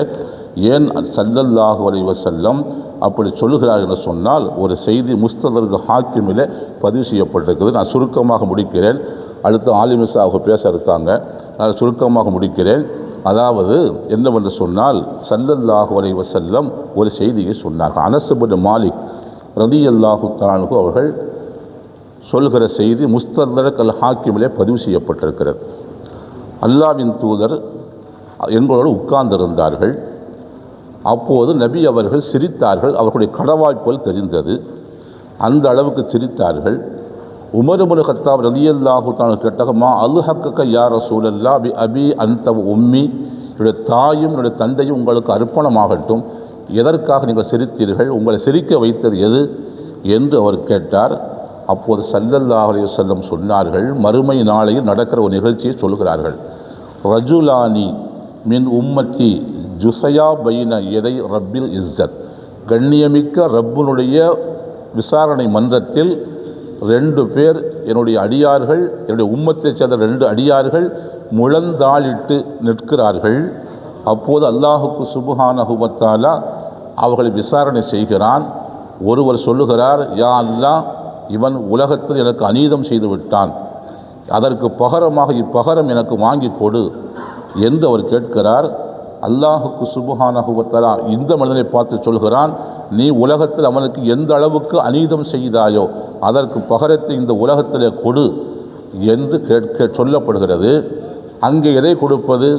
தீனார் கொடுக்க முடியாது, திர்ஹம் கொடுக்க முடியாது, ரூபாய் கொடுக்க முடியாது, வெள்ளி கொடுக்க முடியாது, தங்கம் கொடுக்க முடியாது, நஷ்ட ஈடாக எதுவும் அங்கே செல்லாது. அங்கே என்ன கொடுப்பது என்கிற போது அந்த மனிதனிடத்தில் எந்த விதமான நன்மையும் அவனிடத்தில் இல்லை. அவனிடமிருந்து பொதுவாக மறுமையில் ஒருவரிடத்தில் உரிமை கேட்கிற போது அவருடைய நன்மையிலிருந்து இவனுக்கு கொடுக்கப்படும். எந்த அளவுக்கு இவனுக்கு அநீதம் செய்திருக்கிறானோ அந்த அளவுக்கு என்ன செய்யப்படும், இவனிடமிருந்து நன்மையை எடுத்து இவனுக்கு கொடுக்கப்படும். இப்போது அவனுக்கு நன்மை எதுவும் இல்லை.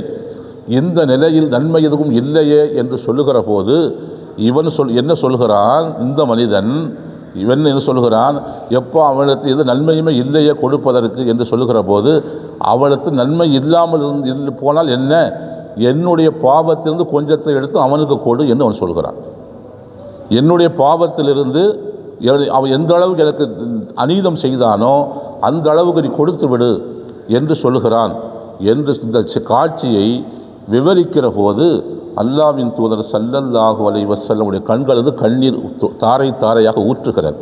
ஏனென்றால் அவனும் உம்மத்து தான், இவனும் உம்மத்து தான், 2 பேரும் நபியுடைய உம்மத்து தான். ஆனால் 2 பேருடைய சூழ்நிலைகளை நபி அவர்கள் விவரிக்கிறார்கள். விவரிக்கிற போது கண்களது தண்ணீர் தாரை தாரையாக ஊற்றுகிறது.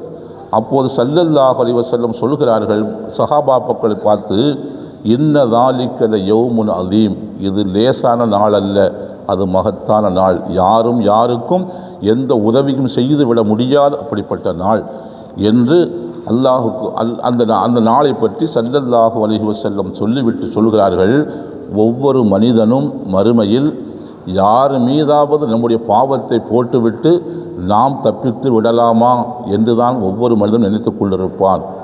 அப்படித்தான் அந்த சூழ்நிலை இருக்கும். அது தாய் தந்தை என்கிற தாய் மகன் என்கிற எந்த பாகுபாடும் இல்லை. அண்ணன் தம்பி என்கிற பாகுபாடு கிடையாது. கணவன் மனைவி என்ற பாகுபாடு இருக்காது. பாவத்தை எல்லாம் கணவன் மீது போட்டுவிட்டு நாம் தப்பிக்கலாமா என்று மனைவி நினைப்பாள். மனைவின் மீது பாவத்தை எல்லாம் போட்டுவிட்டு நாம் தப்பிக்கலாமா என்று கணவன் நினைப்பான். அப்பன் மீது பாவத்தை போட்டுவிட்டு நாம் தப்பிக்கலாமா என்று மகன் நினைப்பான். மகன் மீது பாவத்தை போட்டுவிட்டு நாம் தப்பித்து விடலாமா என்று அப்பன் நினைப்பான். இப்படித்தான் எல்லோருடைய சூழ்நிலை இருக்கும். அது சாதாரண நாள் அல்ல என்று ஸல்லல்லாஹு அலைஹி வஸல்லம் சொல்கிறார்கள்.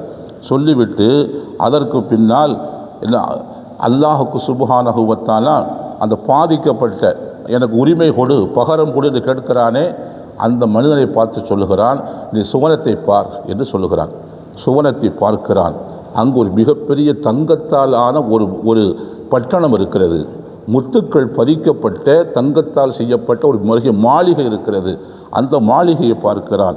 மாளிகையை பார்த்துவிட்டு அல்லாஹ்விடத்தில் கேட்கிறான், லி ஐயி நபியின் ஹாதா, லி ஐயி சித்தீக்கின் ஹாதா, லி ஐயி ஷஹீதின் ஹாதா, எந்த ஷஹீதுக்காக இந்த மாளிகை, எந்த சித்தீக்குக்காக இந்த மாளிகை, எந்த நபிக்காக இந்த மாளிகை என்று கேட்கிற போது அல்லாஹுக்கு சுப்ஹானஹு வ தஆலா சொல்லுகிறான், இது யார் இதற்கு கூலி தருகிறாரோ, கிரயம் தருகிறாரோ அவருக்கு என்று சொல்லுகிற போது, இவ்வளவு பெரிய தங்கத்தால் ஆன முத்துக்கள் பறிக்கப்பட்ட இந்த மாளிகைக்கு யார் கூலி தர முடியும் என்று கேட்கிற போது அல்லாஹ் சொல்றான், உன்னால் தர முடியும் என்று பேசுகிறான் அல்லாஹ். அப்போது என்னால் எப்படி தர முடியும் என்று இவன் கேட்கிறான். உன்னுடைய இந்த சகோதரனை மன்னித்து விடு. அப்படி மன்னித்து விட்டால் அதற்கு பகரமாக உனக்கு அந்த மாளிகை கொடுக்கப்படும் என்று அல்லாஹுக்கு சுப்ஹானஹு வ தஆலா சொல்லுகிற போது அவன் அந்த மாளிகையை பார்த்த அந்த சந்தோஷத்தில் அது கிடைக்க வேண்டும் என்பதற்காக, இறைவா நான் இவனை மன்னித்து விட்டேன் என்று அப்போது அவன் மன்னிக்கிறான். சும்மா மன்னிக்க மாட்டான். இவ்வளவு பெரிய மாளிகை கிடைத்தால்தான் மன்னிப்பான். இது எல்லோருக்கும் எல்லோருடைய விஷயத்தையும் இது நடக்காது. அதுதான் நமக்கு கவனிக்க வேண்டிய செய்தி என்று சொன்னால், எல்லோருடைய விஷயத்திலையும் அல்லாஹ் இப்படி செய்ய மாட்டான். ஒரு சில நபருக்கு செய்யப்படும். அப்போது அவன் நான் மன்னித்து விட்டேன் என்று சொல்லுகிற போது அல்லாஹுக்கு சுப்ஹானஹு வ தஆலா சொல்லுகிறான், இதோ உன்னுடைய சகோதரன், நீ எவனை மன்னித்தாயோ அவனுடைய கையை பிடித்து கொண்டு அவனையும் சேர்த்து அழைத்து கொண்டு சொர்க்கத்துக்கு போ என்று அல்லாஹுக்கு ஏன்னா அவனை மன்னிக்கப்பட்டு விட்டான், அதான் அவனை அழைத்து கொண்டு போ என்று ஸல்லல்லாஹு அலைஹி அல்லாஹ் சொன்னான் என்று ஸல்லல்லாஹு அலைஹி வஸல்லம் சொல்லிவிட்டு சொன்னார்கள், அல்லாஹ் மறுமை நாளையில் 2 நபர்களுக்கு மத்தியில் சமாதானம் செய்து வைக்கிறான். 2 பேருக்கு மத்தியில் அல்லாஹ் சமாதானம் செய்து வைக்கிறான். அதனால் மனிதர்களே, நீங்களும் சமாதானம் செய்து வையுங்கள்.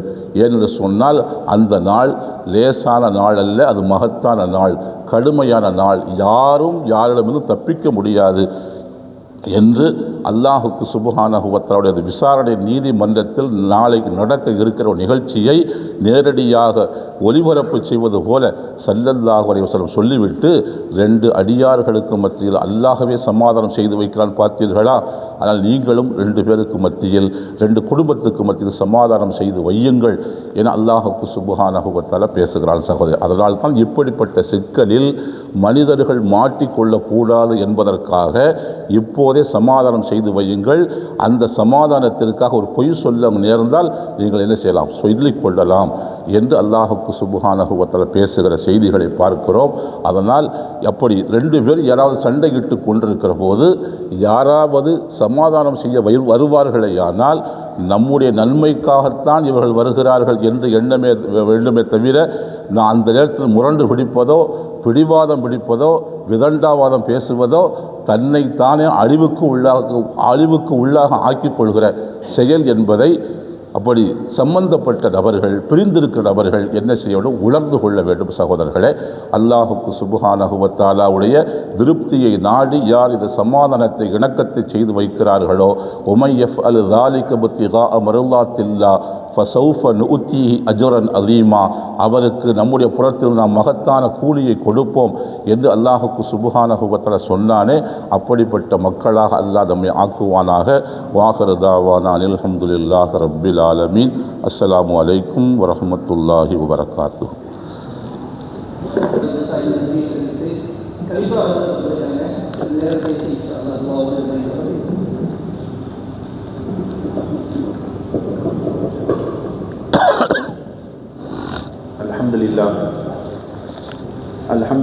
الذي هدانا للإسلام والصلاة والسلام على رسول المصطفى وعلى آله وصحبه أجمعين أما بعد فقد قال الله تعالى في القرآن الكريم والفرقان المجيد أعوذ بالله من الشيطان الرجيم بسم الله الرحمن الرحيم إن الله وملائكته يصلون على النبي يا أيها الذين آمنوا صلوا عليه وسلموا تسليما اللهم صل على سيدنا محمد كما صليت على إبراهيم وعلى آل إبراهيم إنك حميد مجيد كما باركت على إبراهيم وعلى آل إبراهيم إنك حميد مجيد அல்லாஹ்வுடைய கிருபை கருணை அல்லாஹ் தஆலா நம்மை இந்த ரமலானுடைய மாதத்திலே தராவீஹ் தொழுத பிறகு அவனை பற்றி பேசவும் கேட்கவும் வாய்ப்பளித்த ரப்பல் ஆலமீனை செய்தார்கள். அல்ஹம்துலில்லாஹ்.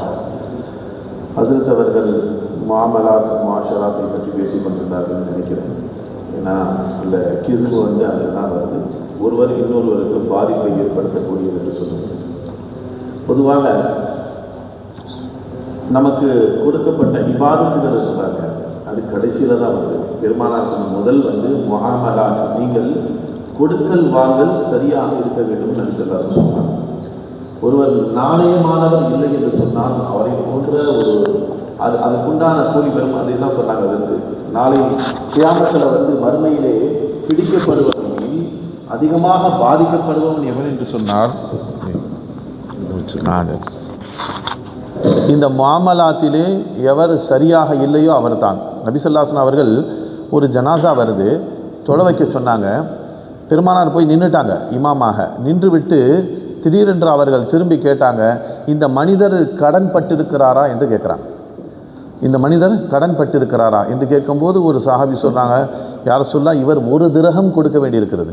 இவர் யார், ஒரு ஆளுக்கு ஒரே ஒரு திரகம் கடன் பட்டிருக்கிறார்னு சொன்னபோது முஹம்மது ரசூலுல்லாஹி ஸல்லல்லாஹு அலைஹி வஸல்லம் அவர்கள் சொல்லுகிறார்கள், இவருடைய மன்னிப்புக்காக வேண்டி நான் இமாமத் செய்கிறேன். இமாமாக நான் தக்பீர்கள் சொல்ல இவருடைய மன்னிப்புக்காக நான் இறைவனிடம் பிரார்த்தனை செய்வதற்காக வேண்டி இந்த தொழுகை நான் கையேந்தி அல்லாஹ் மறுத்து விடுவான், இந்த ஒரு திரகத்தின் காரணமாக நான் தொலை வைக்க மாட்டேன் என்று சொல்கிறாங்க பெருமானார்.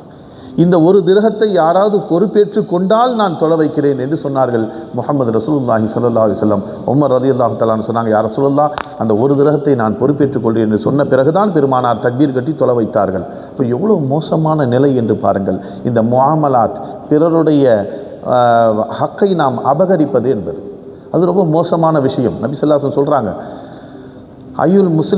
ஐயுல் முஃப்லிசு மின் உம்மத்தி, என்னுடைய உம்மத்தில் யார் நஷ்டவாளி தெரியுமா என்று கேட்கிறார்கள். முஹம்மது ரசூலுல்லாஹி ஸல்லல்லாஹு அலைஹி வஸல்லம் எதை கேட்டாலுமே சத்திய சஹாபாக்கள் அல்லாஹு வ ரசூலுஹு ஆலம் என்று சொல்லுவார்கள். இப்போ அதே மாதிரி சஹாபாக்கள் சொன்னாங்க, அல்லாஹும் ரசூலும் தான் அறிவார்கள் என்று. நபி ஸல்லல்லாஹு அலைஹி வஸல்லம் சொல்கிறாங்க, நாளை மறுமையிலே முஃப்லிஸ், என்னுடைய உம்மத்தில் முஃப்லிஸ் யார் என்று சொன்னால், நஷ்டவாளி யார் என்று சொன்னால், நாளை மறுமையில் ஒரு அடியான் வருவான். அந்த அடியானுடைய அமல் எப்படி இருக்கும்னா மலை போன்று குமிந்திருக்கும், மலை மாதிரி இருக்கும், அவ்வளோ அமல். ஆச்சரியப்படுவாங்க மக்கள்லாம் பார்த்து, இவ்வளோ அமல் செய்திருக்கிறானா இவன். ஏன்னா அந்த காலத்தில் அமல் தெரியும் நம் கண்களுக்கு, இவ்வளோ அமல் செய்தால் நன்மை தீமை எடை போடப்படும் மட்டுங்களா. அப்போ அமல்கள் தெரியும், இவ்வளோ அமல் செய்து சொர்க்கவாதியாக இருக்கிறாரே என்று எல்லோரும் அவரை பார்த்து ஆச்சரியப்படுவார்கள். சரிங்களா? இப்போது நன்மை தீமை எடை போடும் இடத்தில் வந்தவுடனே அவருடைய நன்மைகளை எடை போடப்படும், மலை மாதிரி இருக்குது, அவருடைய தீமைகளை எடை போடப்படும். அப்போது அவன் மற்றவர்களுக்கு அநீதம் இழைத்திருப்பான், அதிகமாக அவன் தன் கரன்களை கொண்டும் நாவை கொண்டும் பிறரை துன்புறுத்தி இருப்பான். இப்போ அங்கே அதிர்த்து சொன்ன மாதிரி திரகம் தீனாரு காசு பணம் எதை கொடுத்தும் செட்டில்மெண்ட் பண்ண முடியாது. இப்போ அங்கே அந்த அடியானை அல்லாஹு தாலா என்ன செய்வான், இவனுக்கு பகரம் உன் நன்மையை கொடுன்னு சொல்லுவான். இப்படியாக அவனுடைய நன்மைகள் எல்லாம் பிரித்து கொடுக்கப்படும். இவன் யாருக்கெல்லாம் அநீதம் செய்தானோ அவனுடைய கீவு முடியாது. அவர்கள் வரிசையாக நிற்பாங்க, யாரெல்லாம் இவன் எனக்கு அநீதம் செய்தான், இந்த நேரத்தில் இதை பண்ணால் அந்த நேரத்தில் அது எல்லாம் உண்மை தான் சொன்னாங்க. அங்கே பொய் சொல்ல முடியாது. இங்கே பொய் சொல்லி ஏமாற்றலாம், அங்கே ரப்புல் ஆலமீனுக்கு முன்னால் பொய் சொல்ல முடியாது. இப்போ என்ன ஆயிடுச்சுன்னா, எல்லா நன்மையும் பிரித்து கொடுக்கப்பட்டு நன்மையெல்லாம் தீர்ந்து விடும். கடைசியில் அவனுக்கு நன்மையே இருக்காது. ஆனால் இவன் மீது புகார் சொல்லக்கூடிய மக்கள் இன்னும் இருப்பார்கள். கடைசியில் அங்கே நன்மை இல்லை என்று சொன்னால் அவருடைய தீமை வாங்கி இவன் தலையில் போடப்படும். இப்போ ஒரு ஹதீஸ் சொன்னாங்களே, அது மாதிரி தான். இப்போ தீமை போடப்பட்டு கடைசியாக எந்த அளவுக்கு ஆகும்னு சொன்னால், எப்படி மலை போன்ற நன்மையோடு வந்தானோ அதே போன்று மலை போன்ற தீமையோடு நரகம் செல்வான். பெருமானார் ஸல்லல்லாஹு சொல்கிறாங்க, அவன்தான் என்னுடைய உம்மத்திலே முஃப்லிஸ், மிக நஷ்டவாளி என்று சொல்லுகிறார்கள். அதனால் அன்பர்களே, நம்முடைய முஆமலாத், நாம் செய்யக்கூடிய செயல்கள் பிறரை பாதிக்காத அளவுக்கு இருக்க வேண்டும். பொய் இருக்குது பார்த்தீங்களா, அந்த பொய் தான் மிக மோசமானது, எல்லா தீமைகளுக்கும் தலையானது பொய்ன்னு சொன்னாங்க. ஜினாவை விட, திருட்டை விட, என்ன அதுக்கு பிறகு மதுபானம் குடிக்கிறதை விட பொய் மோசமானது. அந்த பொய்யை விட்டதன் காரணமாக 3லிருந்தும் அவர் பரிசுத்தமாகி விட்டார்னாங்க. அல் கிதுபு யஅகுலுல் ஈமான் கமா யஅகுலுல் ஹதப வன்னார், நபியுடைய ஹதீஸ். பொய் இருக்குது பார்த்தீங்களா, அது ஈமானை தின்று விடும்னு சொல்கிறாங்க. நீங்கள் பொய் சொல்வது இருக்குது, நம்ம ஏதோ நினைக்கிறோம், இந்த பிரச்சனையிலேருந்து நம்ம தப்பிச்சிட்டோம்ப்பா, அதுக்கு பொய் சொன்னால் தான் நடக்கும் என்று நினைக்கின்றோம். எத்தனையோ பொய்கள் இருக்குது நம்மள்கிட்ட. கிண்டல் கேலி பொய் இருக்குது, ஏன்னா பிரச்சனையிலேருந்து தப்பிக்க பொய் இருக்குது, உறவினர்களோடு பேசுறதுக்கு ஒரு பொய் இருக்குது. இப்படியாக நிறைய பொய்யை வச்சுருக்கணும். அதாவது அதையும் சொன்னாங்க, குழந்தையை கூப்பிடுவதற்காக வேண்டி பொய் சொல்லியிருந்தால் பொய் உன் மீது எழுதப்படும். நாங்கள் நபி ஸல்லல்லாஹு அலைஹி வஸல்லம் கையிலே பேரித்தம்பலம் இருந்ததுனால நீ தப்பிச்சேன்றாங்க அந்த பெண்மணியை பார்த்து, சஹாபி பெண்மணியை. பொய் என்பது மோசமானது, ஈமானை தின்று விடும்ன்றாங்க. ஈமான் என்னன்னு சொல்லுங்கள். ஈமான் நம்ம அல்லாஹ்வின் மீது ராசிக்கு, ஹாலிக்கு, மாலிக்கு, அவன் தான் என் தேவையை பூர்த்திக்கிறான், நான் ஈமானை வச்சுருக்கிறோம். ஆனால் பொய் ஏன் சொல்கிறோம்? பொய் சொல்லக்கூடாது என்று சொன்னாங்க முஹம்மது ரசூலுல்லாஹும் அல்லாஹ் ரசூலும் பொய்யை சொல்லக்கூடாதுன்னு சொல்கிறாங்க. நாம் ஏன் பொய் சொல்கிறோம்? இந்த பிரச்சனையிலேருந்து தப்பிக்கணும்னா அல்லாஹ் நம்மளை தப்பிக்க வைக்க முடியாது, நாம் தான் சாமர்த்தியமாக பொய் சொல்லி தப்பிக்கணும்னு நினைக்கிறோம். அப்போ பொய்யை நாம் இலாவாக ஆக்குகிறோம். அதாவது இந்த தேவை பூர்த்தி ஆகணும், இப்போ இந்த பிரச்சனையிலேருந்து நம்ம விடுதலை பெறணும்னா பொய் சொன்னால் தான் முடியுன்ற எண்ணம் நம்மளை வருகிறது நண்பர்களே. அதனால தான் நபி ஸல்லல்லாஹு அலைஹி வஸல்லம் சொன்னாங்க, ஈமானுக்கு பாதகமானது பொய் என்று சொல்கிறார்கள். சில பேர் சொல்லுவாங்க, வியாபாரம் செய்ய வந்த இடத்துல பொய் தெரியல, பொய்யே சொல்லாமல் வியாபாரம் பண்ணால் அவன் வியாபாரத்துக்கே தகுதி இல்லைன்னுவாங்க. ஏன்னா பொய் சொல்ல தெரியல, இவனா என்ன வியாபாரம் செய்வான்? அப்போ வியாபாரம்னா என்ன ஆயிடுச்சு இந்த காலத்தில்? பொய் தான் வியாபாரம். அப்போ நம்முடைய ராசிக்கு அல்லாஹ் என்பது போய், என்னுடைய ராசிக்கு எது? என்னுடைய சாமாத்தியத்தனம், நான் பொய் சொல்லி எப்படி சம்பாதிக்கணும்னு அதுதான் திறமை அப்படின்னு நினைக்கிறான். அன்பர்களே, அப்படி அல்ல. உங்கள் உள்ளத்தில் ஈமான் இருந்தால் நிச்சயமாக அல்லாஹ் ராசிக் என்ற ஈமான் இருந்தால் பொய் சொல்ல வேண்டிய அவசியம் இல்லை. அல்லாஹ் நம்முடைய ரிசுக்கை தேடி கொண்டு வருவான். ஒரு கஷ்டம் போன்று தெரியும், ஒரு ஸ்ட்ரகிள் இருக்கிற மாதிரி தெரியும், அதில் அவன் ஏதோ பொய் சொன்னதுனால சம்பாதிச்சிட்ட மாதிரி தெரியும். ஆனால் அது நிலைக்காது, உங்களுக்கு நிலைக்கும். கொஞ்சமாக வந்தாலும் உங்களுக்கு நிலைக்கும், அது உங்களுக்கு பரக்கத்தாகும். பரக்கத் என்பது வேறு, பரக்கத் என்பது வேறு, நிறைய சம்பாதிப்பது என்பது வேறு. இப்போவும் ஒருத்தர் 10,000 ரூபா சம்பாதிக்கிறாருங்க, 10,000 ரூபா சம்பாதிக்கிறாரு. இங்கே நான் ஈடிஐ இது தான் சென்னையில், அவர் ஒரு ஆஃபீஸ் பாய் மாதிரி வேலை செய்கிறாரு.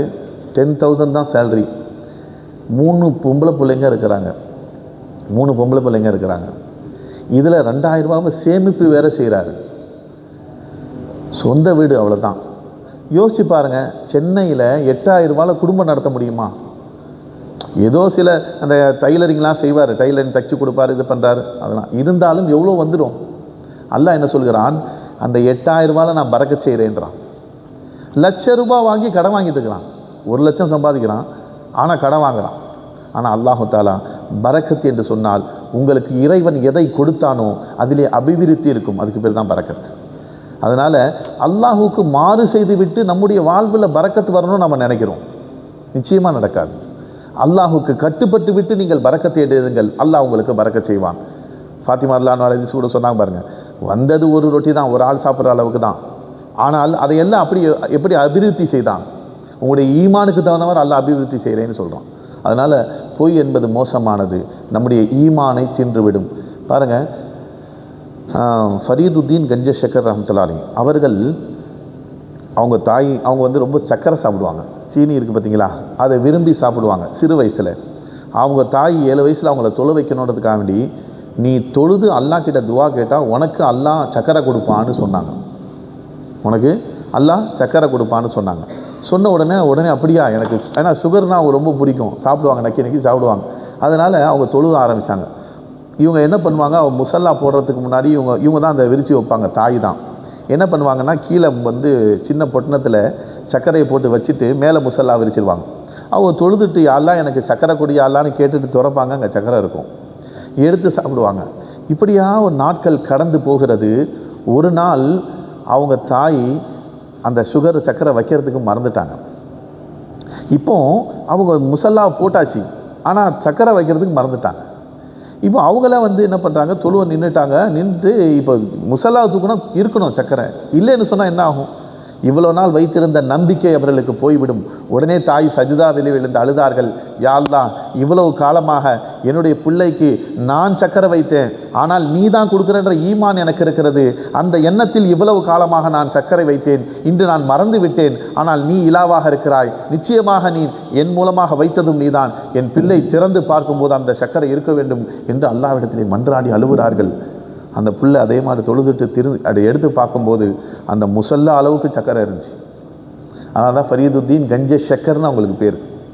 அந்த சிறு வயதிலே அவர்கள் தொழும்போது இறைவனிடத்திலே அந்த ஈமான் தான் முக்கியம். நீங்கள் ஈமான் உடையவர்களாக இருந்தால் அல்லாஹ் கொடுக்குறேன்னு சொல்கிறான். இப்போ இவர்கள் ஒரு பொய்யான ஒரு விஷயத்தை செய்கிறார்கள், அல்லாஹ் கொடுக்குறான்னு சொல்கிறாங்க. இது பொய் அல்ல, உண்மைதான்.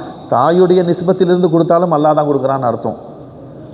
ஆனால் இவர்களுடைய நிஸ்பத்தில் அல்லாஹ் கொடுத்த ரப்புல் ஆலமீன் அந்த ஈமான் அவர்களுக்கு இருந்து இறைவனிடத்திலே கேட்டதனால அல்லாவே டைரெக்டாக அங்கே சர்க்கரையை வைத்தான் என்று சொன்னால், நண்பர்களே, நம்முடைய ஈமான் தான் முக்கியம். அல்லாஹ் ஃபஸில் செய்ய வேண்டும். நேரமாகிவிட்டது. நம்முடைய ஈமானை பலப்படுத்த வேண்டும். நாம் பொய், அதே மாதிரி முஆமலாத்திலே கொடுக்கல் வாங்கலிலே சரியாக இருந்தால்தான் நிச்சயமாக அல்லாஹ் நம்மை மன்னிப்பான். நாம் கொடுக்கல் வாங்கலிலே தவறு செய்துவிட்டு நாம் நன்மை செய்தால் அல்லாஹ் மன்னித்துடுவான், ஹஜ்ஜி செஞ்சால் அல்லாஹ் மன்னிச்சிடுவானா? மன்னிக்க மாட்டான். அதான் சொல்லுவாங்க, ஹஜ்ஜுக்கு போகிறவர்கள் தன்னுடைய காசு பணம் எவருக்கேனும் கொடுக்க வேண்டியிருந்தால் கொடுத்துட்டு தான் போகணும். யாராவதுக்கு அவர் அநீதம் இழைத்திருந்தால் அவரிடம் மன்னிப்பு கேட்டுவிட்டு தான் போகணும். அவர் மன்னித்தாதான் அல்லாஹ் மன்னிப்பான். அதனால் அன்பர்களே, நாம் அடியார்களுக்கு நாம் தீங்கிழைத்து விட்டு அல்லாஹ் என்னை மன்னிப்பான் என்று சொல்வது இருக்கிறது பார்த்தீங்களா, அது நம்மை நாமே ஏமாற்றிக் கொள்வதற்கு சமமாக இருக்கிறது. அதனால் முதலில் இறைவனுடைய பொருத்தம் நமக்கு வேண்டும் என்று சொன்னால் இறை அடியார்களிடம் நாம் எப்படி நடந்து கொள்கிறோம் என்பது ரொம்ப முக்கியமான விஷயம். பெருமானார் ஸல்லல்லாஹு அலைஹி வஸல்லம் அவர்கள் 40 வருட காலம் அவர்கள் தப்லீக் செய்யவில்லை, தாவா செய்யவில்லை. நபி 40 வயசுக்கு பிறகுதான் தன்னை நபியாக பிரகடனப்படுத்துகிறார்கள். அது வரைக்கும் அவர்கள் லா இலாஹ இல்லல்லாஹ் கலிமா போதனை செய்யவில்லை. அல்லாஹ் ஒருவன் என்ற ஏகத்துவத்தை அவர்கள் சொல்லவில்லை. ஆனால் அவர்களின் மீது நம்பிக்கை வைத்திருந்தார்கள். மக்கத்து காஃபிர்கள் அமீன் என்று சொன்னார்கள், சாதிக் என்று சொன்னார்கள். பெருமானார் உண்மையாளர், பெருமானார் நம்பிக்கைக்கு பாத்திரமானவர் என்று சொல்கிறாங்க. நபி ஸல்லல்லாஹு அலைஹி வஸல்லம் அவர்கள் நபி ஆவதற்கு முன்னாலே ஒரு மனிதர், முகமது இங்கே நில்லுங்க நான் வரேன்னு சொல்லிட்டு போயிட்டார் வீட்டுக்கு. பெருமானார் ஸல்லல்லாஹு அலைஹி வஸல்லம் அந்த இடத்துல நிற்கிறாங்க. அவர் போனவர் ஒரு விஷயம் உங்கள்கிட்ட பேசணும், நீங்கள் நில்லுங்கன்னு சொல்லிட்டு வழியில் சொல்லிட்டு போயிட்டார். நபி அங்கே நிற்கிறாங்க. ஒரு நாள் ஆச்சு. நபி ஸல்லல்லாஹு அலைஹி வஸல்லம் அவங்க நிற்கிறாங்க. தன்னுடைய தேவைக்கு வீட்டுக்கு போயிட்டு திரும்ப அந்த இடத்துல நின்றுடுவாங்க. ஏன்னா நான் நிற்கிறேன் என்று வாக்கு கொடுத்துட்டேன் அந்த மனுஷனுக்கு. ஒரு கால் ஆக நம்ம முகமதை நிற்க சொன்னோமே, அவர் வந்திருப்பாரோ, அங்கே போய் பார்க்கணுன்னு அவர் வந்தால் ஏமாற்றத்துடன் போய்விடக்கூடாது என்று பெருமானார் நிற்கிறார்கள். அங்கே தன்னுடைய வேலையை முடிச்சுட்டு திரும்ப அங்கே நிற்கிறாங்க.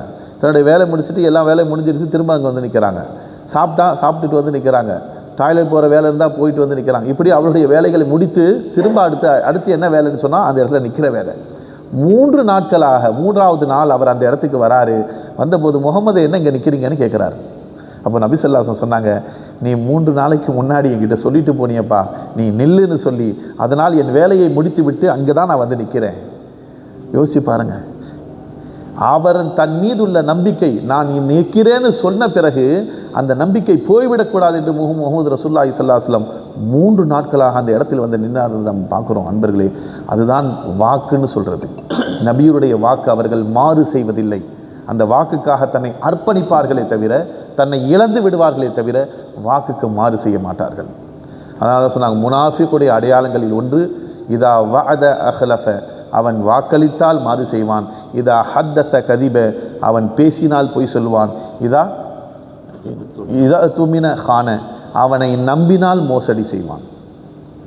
அப்போ அந்த 3 குணங்கள் நம்ம இடத்துல இருக்கிறதா என்று பார்க்க வேண்டும். இது இருந்தால் அன்பர்களே, நம்முடைய ஈமான் உள்ளத்தில் இல்லை, முனாஃபிக்தனம் இருக்கிறது என்று அர்த்தம்.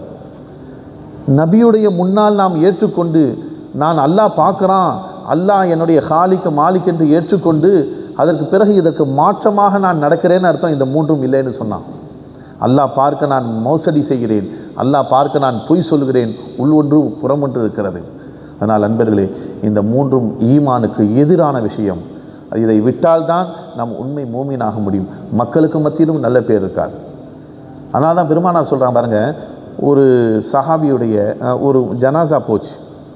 ஒரு ஜனாசா போனது, நபி ஸல்லல்லாஹு அலைஹி வஸல்லம் அவர்களுக்கு அந்த ஜனாசாவுக்கு பின்னாடி போனவர்கள் எல்லாம், இந்த மனிதர் ரொம்ப நல்ல மனுஷன், இருந்தவரை யாருக்கும் தீங்கிழைக்கலை, இவர் எல்லாருக்கும் ஓடி ஓடி போய் நல்லது செஞ்சாருங்க, இப்படிப்பட்ட நல்ல மனுஷெல்லாம் சீக்கிரம் போயிடுறாங்க அப்படின்னு அந்த ஜனாசாவுக்கு பின்னாடி அவரை பற்றி புகழ்ந்து கொண்டு போனார்கள். நபி ஸல்லல்லாஹு அலைஹி வஸல்லம் அதை கேட்டு சொன்னார்கள், வஜபத் லஹு என்று சொன்னார்கள். இரண்டாவது ஒரு ஜனாசா போச்சு. அந்த ஜனாசாவுக்கு பின்னால் அவரை திட்டிக்கிட்டே போனாங்க. இருந்த வரைக்கும் யாருக்கும் பிரயோஜனம் இல்லை, வாப்பா அம்மாவுக்கு கூட இவன் பிரயோஜனம் இல்லாமல் இருந்தான், செத்தாவன், நல்லதாக போச்சு, இவன் இருந்து எல்லாருக்கும் உபத்திரம் செய்து கொண்டிருந்தான் என்று அவரை பற்றி திட்டினார்கள். நபி ஸல்லல்லாஹு அலைஹி வஸல்லம் சொன்னாங்க, வஜபத் லஹு என்று சொன்னார்கள். சஹாபாக்கள் கேட்டாங்க, யார் ரசூலுல்லாஹ், முதல் ஜனாசாவுக்கு பின்னாடி போனது ரெண்டும் மாற்றமாக இருக்குது. முதல் ஜனாசாவுக்கு பின்னாடி போனவர்கள் புகழ்ந்தார்கள், அப்போது வஜபத் லஹுன்னு சொன்னீங்க, கட்டாயமாகிவிட்டதுன்னு அர்த்தம். அதுக்கு இரண்டாவது ஜனாசாக்கு பின்னாடி போனவர்கள் இகழ்ந்தார்கள், திட்டுறாங்க, வஜபத் லஹுன்னு சொன்னீங்க, கட்டாயமாகிவிட்டது. என்ன கட்டாயமாகிவிட்டது? ரெண்டுமே வேறு வேறாக இருக்கிறது என்று சொன்னபோது பெருமானார் சொன்னாங்க, முதலில் புகழ்ந்தவர்களுக்கு சொர்க்கம் கட்டாயமாகிவிட்டது, இரண்டாவது அவரை பற்றி திட்டி இகழ்ந்தவருக்கு நரகம் கட்டாயமாகிவிட்டது. வான்தும் ஷுஹதாவுன் ஃபில் அர்து, நீங்கள் பூமியில் சாட்சியாளர்களாக இருக்கிறீர்கள் என்று பெருமானார் சொன்னாங்க. நீங்கள் சொல்கிறது தான் அல்லாஹ் முடிவு செய்வான். அப்போ யோசித்து பாருங்கள், நாம் யாருக்காக வேண்டி வாழ வேண்டும்? அல்லாஹ்வுக்காக வாழ வேண்டும். அதே நேரத்தில் மக்கள் மத்தியிலும் நல்ல பேர் எவரிடத்தில் இருக்கிறதோ அவர்தான் சோனம் புக முடியும் என்பதையும் நாம் உணர வேண்டும். இவங்களுக்கு எல்லாத்துக்கும் நாம் பாதகம் செய்துவிட்டு அல்லாவை தொழுதால் அல்லாஹ் மன்னித்து விடுவான் என்று நினைப்பது முட்டாள்தனம், நாமை ஏமாற்றிக் கொள்வது என்ற அர்த்தம். அன்பர்களே, அதனால தான் சொன்னாங்க, அல் முஸ்லிமு மன் சலிம் அல் முஸ்லிமூன மின் லிசானிஹி வ யதிஹி. முஸ்லீம் யார் என்று சொன்னால், தன் நாவை கொண்டோ தன் கரத்தை கொண்டோ பிற முஸ்லீமுக்கு நோவினை செய்ய மாட்டானே அவன்தான் முஸ்லீம். அம்னு பெற வேண்டும்னு சொல்லுவாங்க. இப்போது 4 பேர் பேசிகிட்டு இருக்கிறாங்க, அப்போது ஒருத்தர் வந்தார்னா எல்லோருமே முகமலர்ச்சியோடு சந்தோஷமாக, வாப்பா நீ வந்தால் தான் சந்தோஷமாக இருக்கும்பா, நீயும் வாப்பா வந்து உட்கார் என்று கூப்பிடணும். அந்த 4 பேரும் ஒருத்தர் இன்னொருத்தர் பார்த்து பேசிக்கிறான், டே வந்துட்டாடா, கூட்டத்தை கலைங்கடா, இவன் ஏதாவது ஒன்று சொல்லுவான், நம்மளை பிரச்சனை பண்ணி விட்டுருவான், நமக்கு மத்தியில் சண்டையை மூட்டி விட்டுருவான் என்று பயப்படக்கூடாது. மூமின் அவர் தான், முஸ்லீம் அவர் தான், சலாமத் பெற வேண்டும் அவரை கொண்டு. இப்போ பார்த்தீங்கன்னா முஸ்லீம்னு சொன்னாங்க முகமது ரசூலுல்லாஹ், வெளியில் உள்ளவங்க மட்டும் முஸ்லீம் இல்லை, நம்ம குடும்பத்தில் உள்ளவங்களும் முஸ்லீம் தான். வெளியில் பார்த்தீங்கன்னா நல்ல பேர் அவருக்கு, அவரை மாதிரி மனுஷன் யாரும் இல்லை அப்படின்வாங்க. ஆனால் வீட்டுக்கு வந்தால் மனைவியும் ஒத்துக்க மாட்டாங்க, தாயும் நல்லவன் ஒத்துக்க மாட்டாங்க, சகோதரர்களும் நல்லவன் ஒத்துக்க மாட்டாங்க. அப்போ குடும்பத்தில் அப்படி இருப்பார் அவர், வெளியில் பார்த்தா நல்லவர் மாதிரி இருப்பார். அதுவும் முஸ்லீம் அல்ல. முஸ்லீம்னா வீட்டில் உள்ளவங்களும் முஸ்லீம் தான். வீட்டில் உள்ளவர்களுக்கும் நீங்கள் அம்னு பெற வேண்டும். உங்கள் கரங்களை கொண்டும் நாவை கொண்டும் அவர்கள் அம்னு பெற வேண்டும். பொதுவாக பிள்ளைங்களுக்கு நல்ல உபதேசங்கள் செய்தாலே நம்மளை கெட்டவன் தான் சொல்லுவாங்க, அது வேறு விஷயம், புரியுதுங்களா? அதை சொல்லவில்லை. ஆனால் நாம் வந்தாலே அவர்கள் நமக்கு பயப்படக்கூடாது. நல்ல விஷயங்களை நாம் சொல்லக்கூடிய முறைகளும் ஒன்று இருக்குது. அடித்து எப்போது சொல்ல வேண்டும்? அவன் கேட்கவில்லை என்றால் அடிக்க வேண்டும். முதல்ல அணைத்து தான், அரவணைத்து தான் சொல்ல வேண்டும் நம் பிள்ளைகளுக்கு. அன்பர்களே, ஹைர் அல்லாஹ் ஃபதில் செய்ய வேண்டும். நேரம் கடந்து விட்டது. அல்லாஹ் தஆலா நமக்கு பெரும் பாக்கியத்தை இந்த ரமலானுடைய மாதத்திலே அல்லாஹ்வுடைய ரஹ்மத்தை அடையக்கூடிய இந்த முதல் பத்திலே இறைவனுடைய ரஹ்மத்தை அடையும் பாக்கியத்தை அல்லாஹ் நமக்கு நசீபாக்குவானாக. நாம் பிறரிடம் நடந்து கொள்ளும்போது நாம் எதை அல்லாஹ் எப்படி நடக்க சொன்னானோ அல்லாஹ் ரசூலும் அதன்படி நடக்கும் பாக்கியத்தை எல்லாம் நமக்கு நசீபாக்குவானாக. இந்த ரமலானுடைய அனைத்து பாக்கியங்களையும் அடையக்கூடிய நன்மக்களாக, மன்னிப்பை பெறக்கூடிய நன்மக்களாக நம் அனைவரையும் ஆக்கி அருள் புரிவானாக. வாக்குதான் அஸ்ஸலாமு அலைக்கும் வரஹ்மத்துல்லாஹி வபரகாத்துஹு. அல்ஹம்துலில்லாஹ்.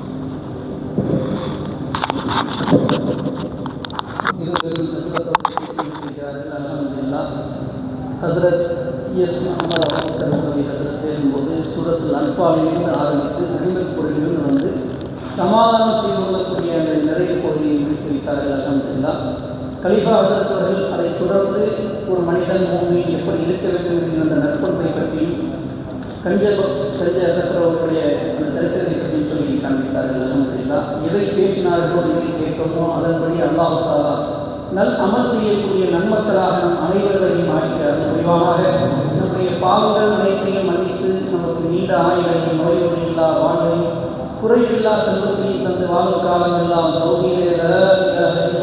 முஹம்மது ரசூலுல்லாஹ் என்ற திருக்கலிமாவோடு வாழச் செய்து அதன்படி மரணிக்க செய்து நம்முடைய மண்டலை வாழ்வையும் அவசர வாழ்வையும் மனமுள்ள வாழ்வாக அல்லாஹ் ஆக்கிறார். முடிவாக யாரெல்லாம் மறைந்து மண்டலையில் இருக்கிறார்கள் கடலோர் அவருடைய கபரை சொற்க பூஞ்சோலையாக அல்லாஹ் அமைத்து அவருடைய பாவங்களை மன்னித்து அவருடைய மக்காமை அந்தஸ்தை உயர்த்துவானாக.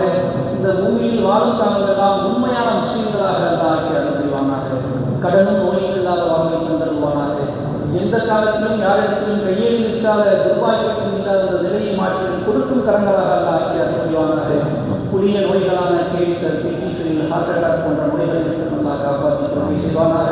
நம்மையும் நம் மனைவி மக்களையும் ஈமானத்துடன் சீமானத்துடன் வாழக்கூடியவர்களாக அனுப்புவானாக.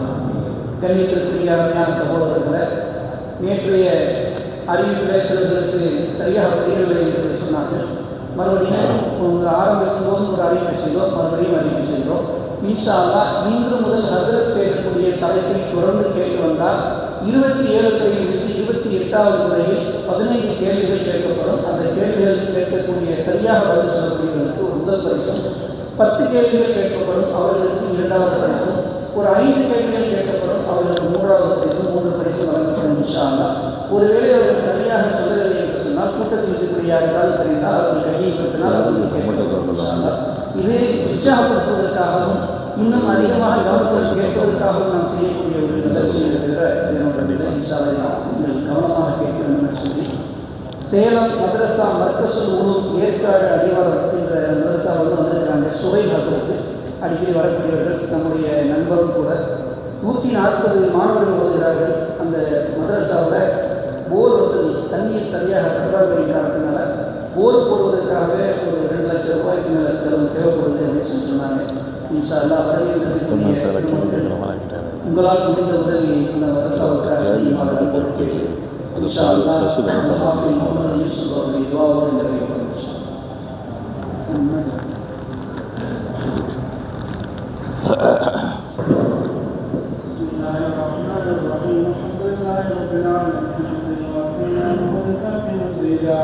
سبحان رب العلي العظيم وسبحان لك الحمد حمدا كثيرا طيبا مباركا فيه وينبغي لك ويرضيك وعظيم سلطانك يا الله. اللهم صل وسلم وبارك على رسولك سيدنا محمد وعلى اله وصحبه عدد ما في الله صلاه دائمه الى يوم القيامه. ربنا ظلمنا انفسنا وان لم تغفر لنا وترحمنا لنكونن من الخاسرين. ربنا اغفر لنا وارحمنا ولوالدينا ولمشايخنا ولأساتذتنا ولإخواننا ولأزواجنا ولأولادنا ولجميع المؤمنين والمؤمنات والمسلمين والمسلمات آمين يا كريم يا أرحم الراحمين. اللهم ارحمنا برحمتك يا أرحم الراحمين. اللهم ارحمنا برحمتك يا أرحم الراحمين. اللهم ارحمنا برحمتك يا أرحم الراحمين. اللهم اجعل جمعنا هذا جمعا مرحوما وتفرقنا من بعده تفرقا مباركا معصوما. لا تجعل اللهم فينا ولا منا ولا معنا ولا بيدنا شقيا ولا محروما. اللهم اكفنا شر الظالمين. اللهم اكفنا شر الظالمين. اللهم اكفنا شر الظالمين واجعلنا من فتنة هذه الدنيا سالمين.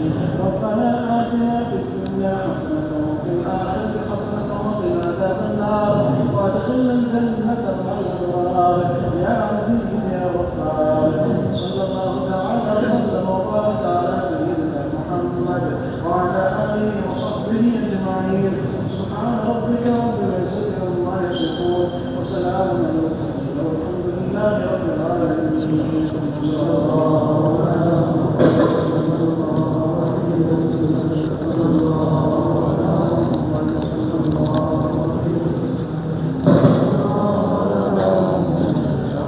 Amen.